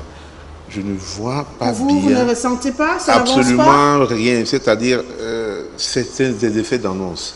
C'est rien que des effets d'annonce. D'ailleurs, même les explications techniques... Le maire vient de dire que lui... Oui, mais c'est tellement timide. Tous les deux qui sont dans les municipalités... Tous les deux qui sont dans les municipalités s'accordent à dire que c'est extrêmement timide comme mesure. Et ça marche à pas tellement lent qu'on a l'impression qu'on n'aboutira jamais. Pourquoi? Parce qu'au fond, au départ, en avant, il n'y a aucune volonté politique d'arriver à une véritable décentralisation. Un État bâti comme celui le système d'État du Cameroun est justement pour une extrême centralisation. Parce que c'est comme cela qu'on pille les caisses de l'État et c'est comme cela qu'on a la poigne sur ces gouvernements, malheureusement. Donc, tout ça, c'est des effets d'annonce. Ceci dit, je voudrais vous dire ce que le Manidem voit comme forme de l'État au Cameroun, dans notre programme politique. La forme de l'État, pour nous, c'est quoi? Ce n'est pas une décentralisation vue comme le système BIA, mais c'est une régionalisation basée sur quelque chose de fondamental, de matériel. C'est-à-dire, il faut voir le Cameroun en 4 régions qui ne sont pas faites au hasard. Hein. Je suis obligé de vous donner le programme politique du Mali par rapport à la forme de l'État. Monsieur Bédimo, j'ai un principe sur cette émission. On ne discute pas la forme de l'État, surtout ça, jusqu'au jour où vous serez à la tête du Cameroun. Il faut que je vous donne quel est notre projet, quelle est notre vision pour que nous ayons l'adhésion de... Un jour, on lancera une prochaine campagne et que vous aurez envie de faire une proposition au peuple camerounais. Vous viendrez leur rendre la régionalisation. Pour l'instant, on avance. Et vous n'étiez même pas candidat. On avance avec la forme actuelle de l'État. Merci, monsieur Bédimo. Parce que nous n'avons jamais fait des élections une fois en soi. C'est pas grave. Voilà. Je suis obligé de me retourner vers monsieur le maire Oumamos pour avancer avec ce sujet de la décentralisation. Vous étiez en train de dire qu'il y a encore beaucoup de choses à faire pour que vous puissiez vous sentir confortable dans votre fauteuil de maire. Oui, vous avez déjà évoqué le budget qui a affecté à la décentralisation. Il a évoqué, monsieur... Vous voyez que c'est insignifiant, pour ne pas dire même... Si je dis insuffisant, mais c'est un budget insignifiant. Aujourd'hui, les communes sont mal à l'aise, les maires sont mal à l'aise parce que la commune est un petit État. La commune gère tout. La commune gère tous les ministères. Vous voyez, il y a des moments où, M. Elibi le sait, on vous dit, donne une délibération qu'il faut financer les enseignants de l'école maternelle, de l'école publique, du lycée 2. Il faut donner de l'argent, alors que ces ministères, même parfois, n'ont même pas encore cédé leurs compétences. Ils bloquent encore. Parce que qu'est-ce qu'on observe? On observe que les gens bloquent le travail du chef de l'État. Les maires le connaissent. Parce qu'il y a des moments où le Premier ministre sort des textes qui ne sont pas appliqués sur le terrain. Et nous, on avance vers la décentralisation. Il y a d'autres qui bloquent, qui veulent la centralisation. Parce que on ne veut pas libérer le Cameroun. Bon, maintenant, les CVUC, parce que moi je suis secrétaire général adjoint des CVUC, nous avons sorti un plaidoyer qui est chez le Premier ministre, qui est chez notre ministre aussi. Et brièvement, qu'est-ce que vous demandez? Nous demandons, l'augmentation du budget à 10% au moins, parce que dans d'autres pays, c'est le minimum, il y a les 15, les 20, les 30% qu'on doit donner. Bon, si on donne 10% aux mairies, aux communes, nous allons voir en 5 ans, tout le Cameroun va changer. Ça, nous sommes sûrs. Bon, est-ce que vous savez que les communes n'ont pas le terrain? Lorsque vous voulez construire un marché, vous partez louer le terrain comme un individu, l'emprise de l'État là. Parce que moi, j'ai construit les marchés à Boumiébel, le marché de Boumiébel, où nous avons une centaine de boutiques. Nous devons payer les redevances, parce que ce n'est pas notre terrain. Donc, voilà les problèmes. Maintenant, il y a aussi le problème des ressources humaines, parce qu'on a un plaidoyer que je suis en train d'étaler. Nous n'avons pas assez de ressources humaines. Au niveau de CVUC, nous avons demandé qu'on recrute des techniciens, au moins 2000 pour renforcer les communes. Parce que actuellement, chaque document que nous devons élaborer, nous devons nous rapprocher des sectoriels. Et parfois même, c'est la poche du maire personnellement qui souffre. Parce que quand on doit te faire la levée d'une route, vous allez appeler les techniciens en place. Bon, il va vous dire, je n'ai pas de véhicule, je n'ai pas ça. Bon, vous devez lui donner le carburant, il ne va pas marcher à pied parce que la plupart n'ont pas de voiture. Même les délégués des travaux publics, tous n'ont pas de voiture. Quand bien même il y a une voiture, ils sont délégués, il a peut-être 10 arrondissements à couvrir, il ne peut pas faire ça seul. Donc, nous devons toujours voir les techniciens pour cela. Donc, on a besoin qu'on nous donne des ressources qualifiées, vraiment, pour venir appuyer les mairies. Si ce n'est pas fait, parfois on est obligé de prendre des cabinets pour monter certains projets, hein, et que nous payons cher. On doit le faire. Bon, maintenant, il y a la fiscalité. C'est l'un des problèmes même qui m'ont amené ici, parce que l'intervention de Libye la dernière fois ne m'a pas plu. Non, la fiscalité n'est pas en faveur des maires. Les maires souffrent. Les impôts que nous avons, il y a l'impôt libératoire, il y a la taxe d'hygiène et salubrité, il y a l'OTVP, il y a les parkings, les tickets de quai. Maintenant, chaque commune a ses spécificités. Parce que la commune de Ngor-Mapuy n'a pas de forêt communale. La commune de Ngor-Mapuy n'a pas de carrière. Pour dire que l'impôt de carrière, on vous a donné. Parce que vous avez cité l'autre jour 31 impôts, si je me ma tête. 38 même. Bon. Mais vous croyez que... Dans les 38 là, il y a 32 qui sont des impôts... des impôts pour toutes les communes. Mais vous croyez que... Qui sont spécifiques à des communes, la taxe par exemple, la redevance forestière. Maintenant, que vous pouvez recevoir. Si moi je vous dis maintenant en Ngor-Mapuy, il y a combien d'impôts? Hein? Il y a même des communes qui n'ont rien. Parce qu'il y a des communes qui sont des villages. Vous n'allez pas dire à un boutiquier, l'unique même boutiquier de la place qui ne vend que de la bière non glacée, de te payer les impôts. Parce que les patentes sont payées aux impôts. C'est récupéré là-bas. C'est cet argent qui va au niveau du département. Après, ça va au trésor, où nous avons un compte. Que parfois, il faut bien ouvrir les yeux. Parce que si vous n'ouvrez même pas les yeux, l'argent là ne va pas facilement venir. Il y a aussi une partie d'argent qui va au FEICOM. C'est ça qu'on nous rétrocède en forme de CAC. Le FEICOM ne crée pas de l'argent. L'argent qui sort, c'est l'argent des impôts. Le trésor ne crée pas de l'argent. L'argent que nous prenons au trésor, parce que chaque commune a un compte au trésor. Il ne crée pas. Donc, ça vient. Maintenant, une commune n'est pas capable de vivre de ses impôts, normalement. En général. Quand je dis en général. Bon, mais s'il y a une commune forestière, peut-être, bon, je ne vais pas citer, il y a des forêts, des communes, que rien que les redevances forestières leur donnent 1 milliard. Alors, hein? Par exemple, quand vous allez en Gambetika, on quitte le bois, on coupe le bois tous les jours. Mais chez moi, il n'y a aucune société forestière. Vous n'allez pas dire que... bon, mais à cela... L'État... Mais vu de loin, ces communes ne sont pas plus développées que les vôtres. Hein. Ils vont 5 milliards. Là. Alors, vous voyez donc que le problème n'est pas la spécificité des communes. L'État a su prendre des mesures. Parce que quand vous produisez ce qu'on appelle la péréquation, c'est quoi? C'est que si on voit que Ngambeticar a 1 milliard, non. Pourquoi Ngambeticar a 1 milliard et Ngor-Mapuy n'a rien? On prend pour distribuer aux autres. Vous voyez?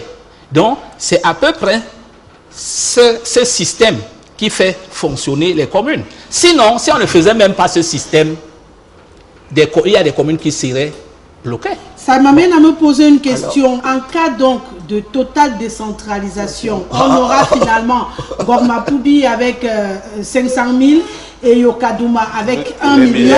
Est-ce que ça ne va pas poser un autre problème maintenant où on aura des villes qui meurent et celles qui vivent? Oui, la réponse est dans la péréquation. C'est pour ça que le principe de péréquation a été inventé. Pour équilibrer le développement du pays. Mais pour ceux qui veulent à tout prix une cassure... Non, personne ne veut à tout prix. Personne ne veut une cassure. Personne ne veut à tout prix. Le problème, c'est l'incompétence des maires. Je reviens là. Oh là là. Ça, c'est un mot que je n'aime pas. Non, ça fait rien. On n'est pas là pour faire ce que tu aimes. Non, allez-y d'abord, après je vais... Je n'ai pas dit que tu es incompétent. Non, mais... Je dis, tu n'as pas à les défendre. La réalité... Il semble que quand devient maire, il devient bête. Non, laisse. Parce que là où vous êtes aujourd'hui, vous semblez sage. Mais le jour que vous devenez maire, on dit que Elimbi est très bête. Non, c'est pas vrai. C'est ça. Je te ça. d'abord d'avoir construit un marché. Et je demande aux gens, vous voyez donc un mec qui a construit un marché. Parce que ce que vous voyez tous les jours, c'est les mecs qui le construisent. Tout le monde peut le faire.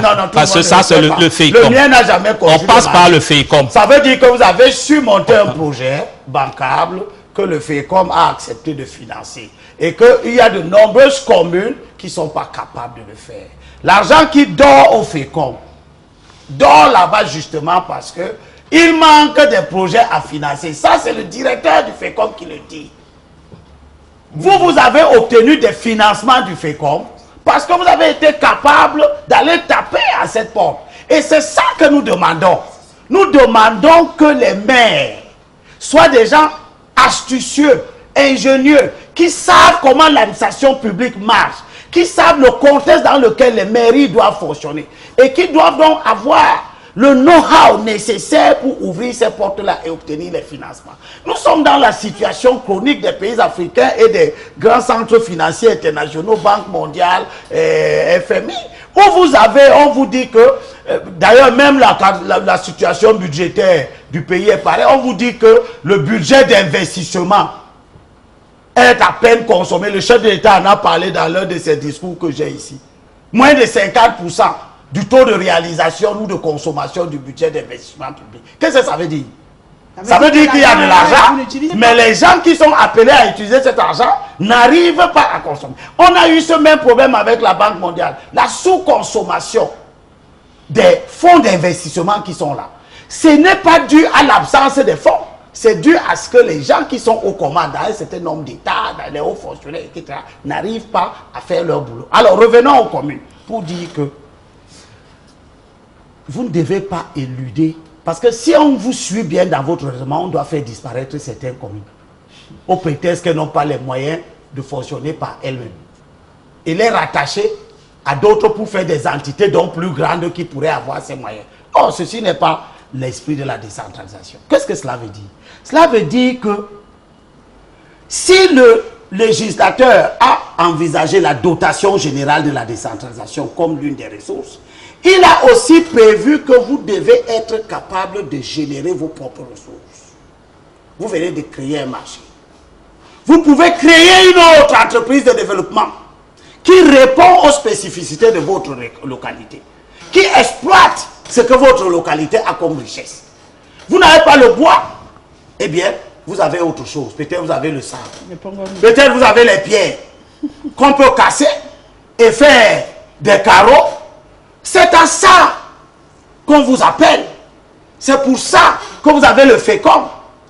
C'est pour ça que le FEICOM peut vous appuyer dans le développement d'une activité qui vise par exemple à rentabiliser tout le sous-sol que vous avez qui est riche en sédiments de type quartzite, etc. Bref, les pierres qu'on peut tailler pour décorer les murs et faire autre chose. Vous pouvez créer vos propres carrières. Il ne suffit pas que la carrière soit naturelle. Quand vous avez déjà toute une montagne qui est faite de pierres qu'on peut casser, vous pouvez donc vous équiper pour faire ça. Donc, l'idée de la décentralisation, ce n'est pas que, je vous ai dit tout à l'heure que la deuxième série des ressources qui sont de type fiscal et propre comprend les impôts, mais aussi l'argent que vous pouvez obtenir dans le partenariat public-privé.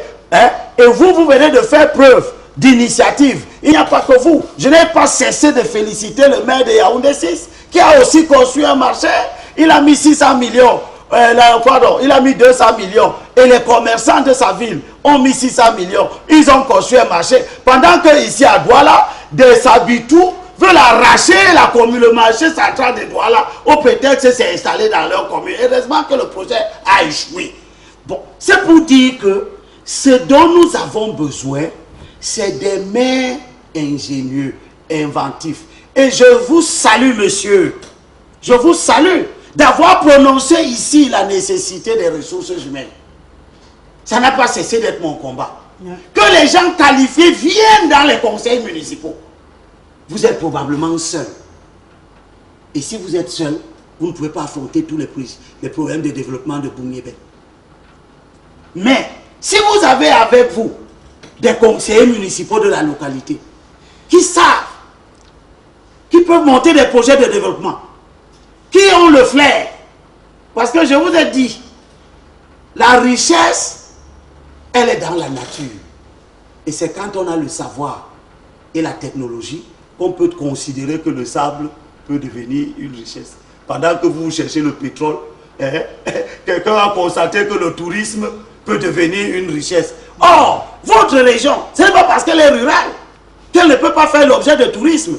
J'ai dansé Coty François, à l'époque, maire de Bonaléa, que mais c'est pas possible. Monsieur Coty est maire de Bonaléa, comment il s'appelle, Desto. Tu es mon ami, mais tu n'es même plus maire. Donc ne te fâche pas. Il vient organiser un festival à Douala. Il laisse Bonaléa. Il va où il y a l'argent. Bon, tu as donc vu comment il fait le développement d'une autre commune. Parce que là où il fait son festival, là, c'est Douala 5. Là-bas. Bon. Non, non, oui. Et il amène donc combien à Bonaléa? On ne réalise pas les projets générateurs de revenus n'importe où. Je ne dis pas qu'on les réalise des endroits où on a construit les marchés, il n'y a personne. Je dis, il ne faut pas construire un marché. Les gens ont construit des marchés, il n'y a personne. Ça veut dire que vous avez mal choisi le projet. Si on construit un marché et que les gens le laissent, il n'y a personne qui vend là-dedans. C'est parce que vous n'avez pas un potentiel commercial. Parce que la commune n'a pas suffisamment Par contre, ce que vous avez dit tout à l'heure est extrêmement grave. Même si vous avez un seul opérateur économique et qu'il ne vend que du acquis, il doit contribuer. N'allez pas le laisser sans vous donner son impôt libératoire au motif que c'est le seul contribuable que vous avez. Quand vous avez un seul contribuable, vous le dispensez de payer l'impôt. Ah, c'est un exemple. Hein. Ah, mais il est mal choisi. Tout ce que vous n'avez pas compris, vous n'avez pas compris ce que je voulais dire. Non, j'ai compris ce que vous avez dire que vous avez voulu dire que votre impôt n'a pas d'impact sur les revenus de la commune. C'est ce que je veux vous dire. C'est ce que je veux partir. Vous ne prélevez pas l'impôt. Parce qu'il y a des communes où on est incapable de collecter. Même si vous faites comment, vous n'avez pas collecté 100 000 francs par an. Je termine, monsieur le maire. Le raisonnement que vous avez, les gens l'ont ici à Douala. Le même raisonnement. Les gens ont ce raisonnement ici à Douala. Ils sont incapables de collecter leur impôt libératoire ici. Sous le prétexte que oui, mais si on prend l'impôt des motos-taxis et tout ça, ça représente quoi? Mais vous êtes en train d'oublier que c'est 22 000. Ou alors, catégorie B, 40 quelque chose de 1000. Fois 50 000 motos. Ouais. Au motif que, seulement. Non. Il n'y a pas de dispense. D'abord, il ne vous appartient pas de dispenser qui que ce soit du paiement de l'impôt. Même si cet impôt vous semble dérisoire. Donc, c'est déjà une faute. Vous devez ensuite habituer vos citoyens, vos concitoyens, à être les contributeurs au fonctionnement de votre collectivité, de leur collectivité, dont vous êtes le chef.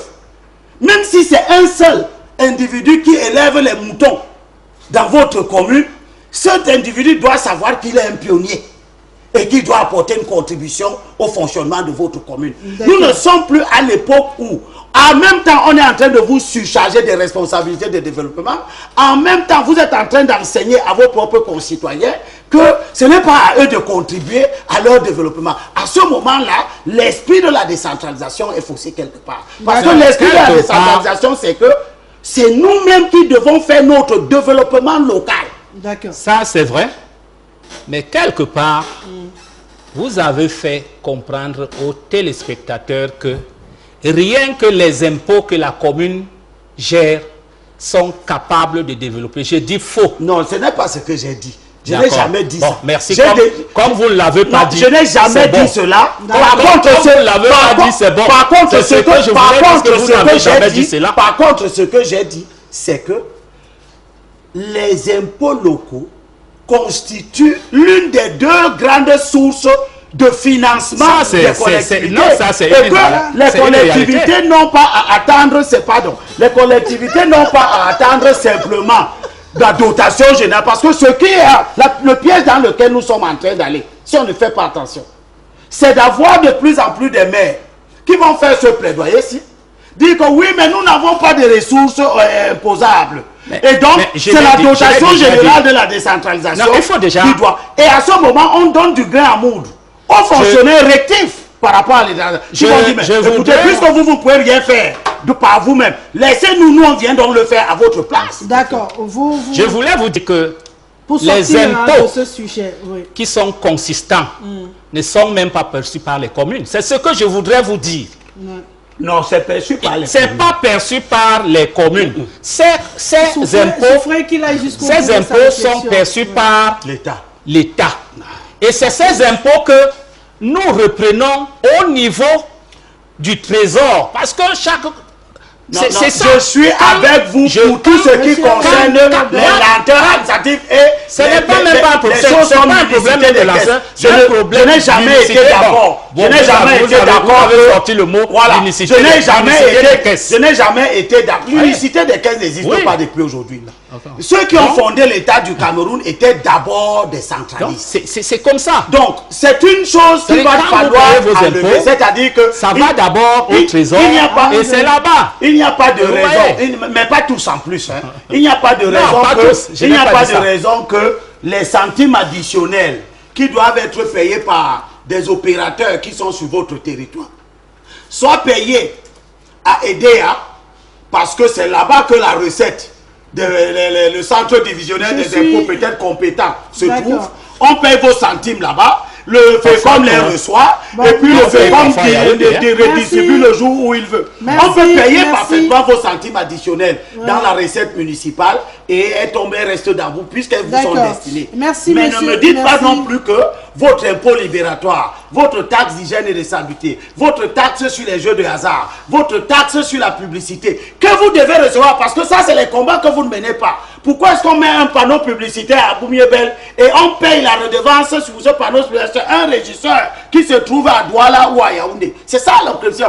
Le problème c'est que le panneau se trouve sur le terrain de Boumiébel et bien que le publicitaire paye à Boumiébel. C'est ça le combat que vous devez faire. Et ce combat, nous allons le faire parce que nous allons le faire. Ce combat est déjà fait. Non, nous allons le faire et nous allons le gagner parce que aux élections, au niveau des panneaux publicitaires, ça se paye.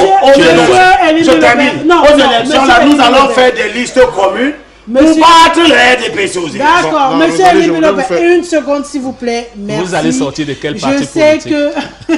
Nous allons faire l'union. Et l'union, dans l'union, il n'est pas exclu que l'UPC nous donne les investitures. Aussi.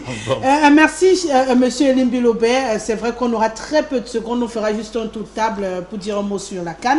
Vu que la décentralisation, finalement, aurait été très passionnant. En une minute, monsieur le maire, pour sortir de ce sujet. Parce que vous aviez envie d'expliquer quelque chose pour sortir de là. C'est bon? Ça va. Je me suis accordé avec monsieur Limbilobé. Parce que je tiens à le préciser, il avait suivi votre passage sur la question et il tenait à tout prix à ce qu'on le charge là-dessus. Il a bien compris ce que j'ai dit. Voilà, donc ce qui est dit. Peut-être que j'avais mal compris. On va prendre une transition. Aujourd'hui, on est d'accord. Sur la CAN 2019.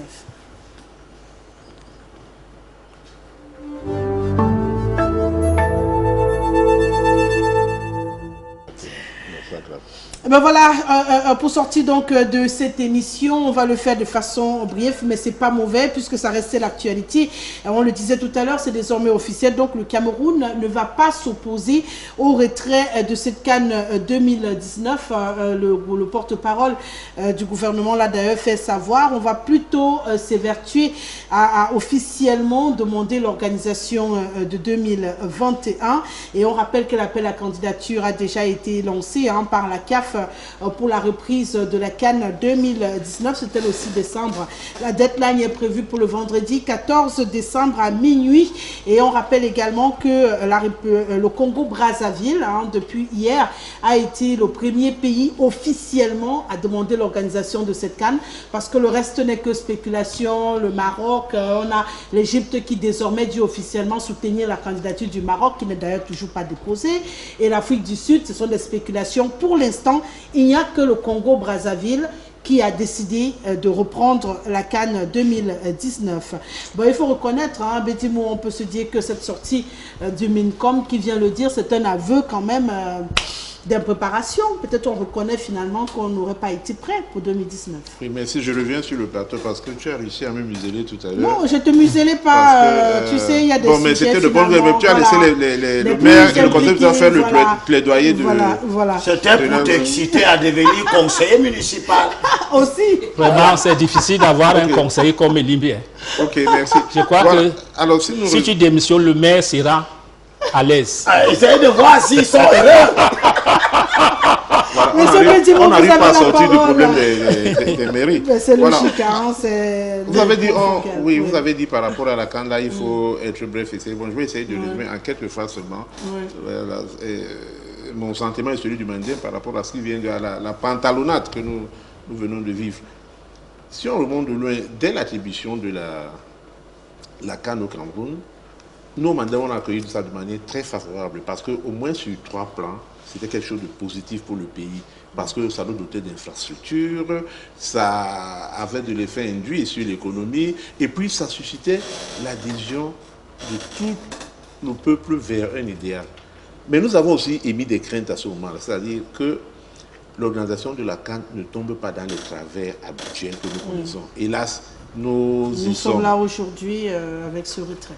Si, dès le départ, nous avons vu un comportement inhabituel, comment je vais appeler ça, qui prête à suspicion de la part du président de la CAF, parce que dès le départ, il a commencé à parler de l'incapacité du Cameroun à organiser même une CAN à 4 pays. Donc peut-être on va prendre net à l'endroit où on nous l'a retiré. Parce que, voilà, donc dès le départ, il a eu un comportement qui prêtait à confusion et à suspicion.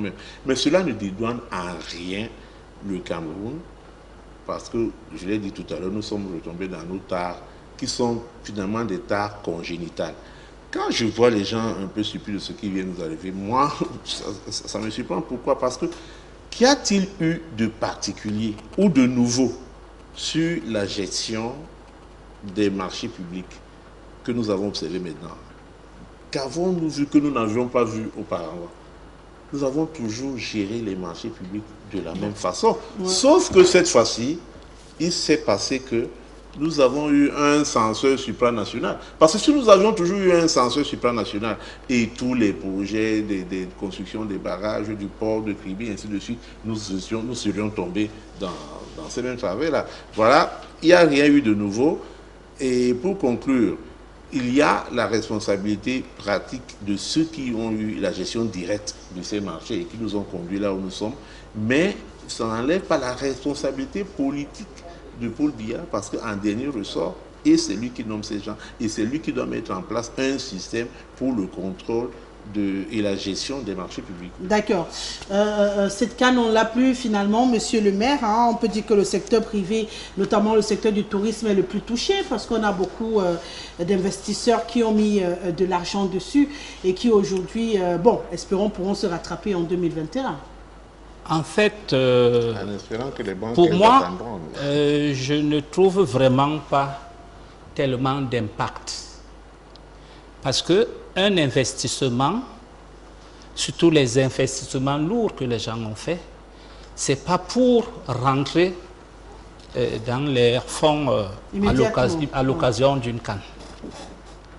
Bon, je dis, la CAN a été retirée au Cameroun. Mais moi, je dis l'attribution de la CAN a été positive et reste positive. Pourquoi? Parce qu'on n'avait pas les infrastructures. Bon, maintenant, la CAN nous a permis d'avoir ces infrastructures qu'on n'avait pas.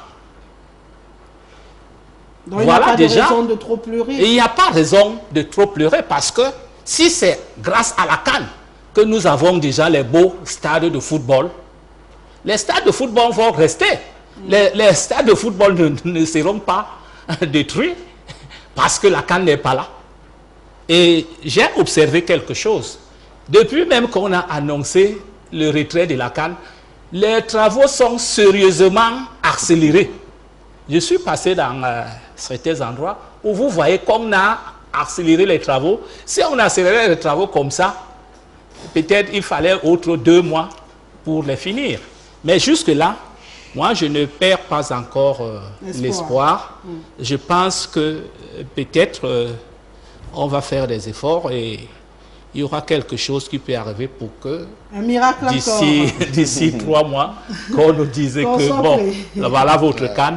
Mais je n'ai pas l'espoir en 2021 parce que j'ai vu le président de la CAF en Côte d'Ivoire dernièrement et qu'est-ce qu'il a dit? Il a dit qu'il est venu les rassurer parce qu'il y a beaucoup de choses pour leur dire qu'ils ont leur CAN en 2021. Sacré Amad, hein, finalement, qui joue un tout petit peu avec les pays africains en ce moment.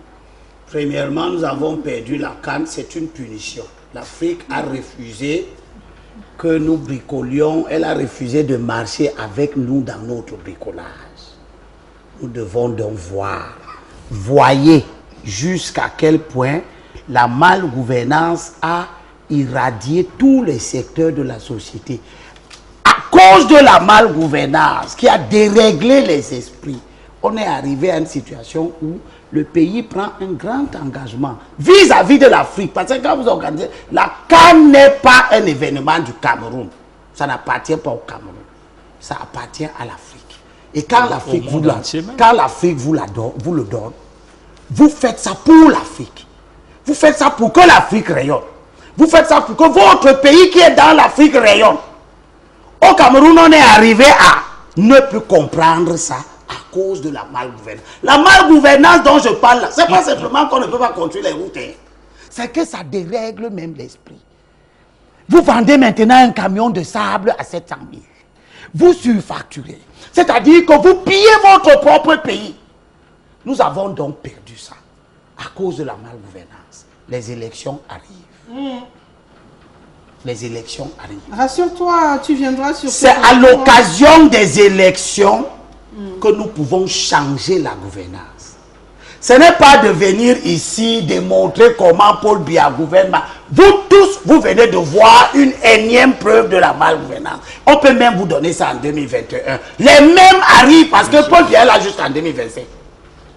Et c'est gouvernement successif. Vous pouvez donc faire comme ça. Vous croyez qu'il y a eu un électrochoc. Après, ça se calme. Les mauvaises habitudes reviennent. On arrive en 2021. On n'est toujours pas prêt. On va même dans le combat contre la Côte d'Ivoire. Parce que là-bas, c'est un état sérieux. Et on revient en 2025, on n'a toujours pas de CAN. D'ailleurs, on n'est pas obligé de l'avoir. Mais comme on l'a déjà. Voilà, quelqu'un m'a menacé dans un plateau de télévision l'autre jour. En disant que oui, mais les infrastructures risquent d'être dans la broussaille. Si vous laissez ces infrastructures dans la broussaille, c'est que c'est la mauvaise gouvernance. D'accord, ouais. Donc, organisons-nous pas pour venir pleurer sur les plateaux de télévision.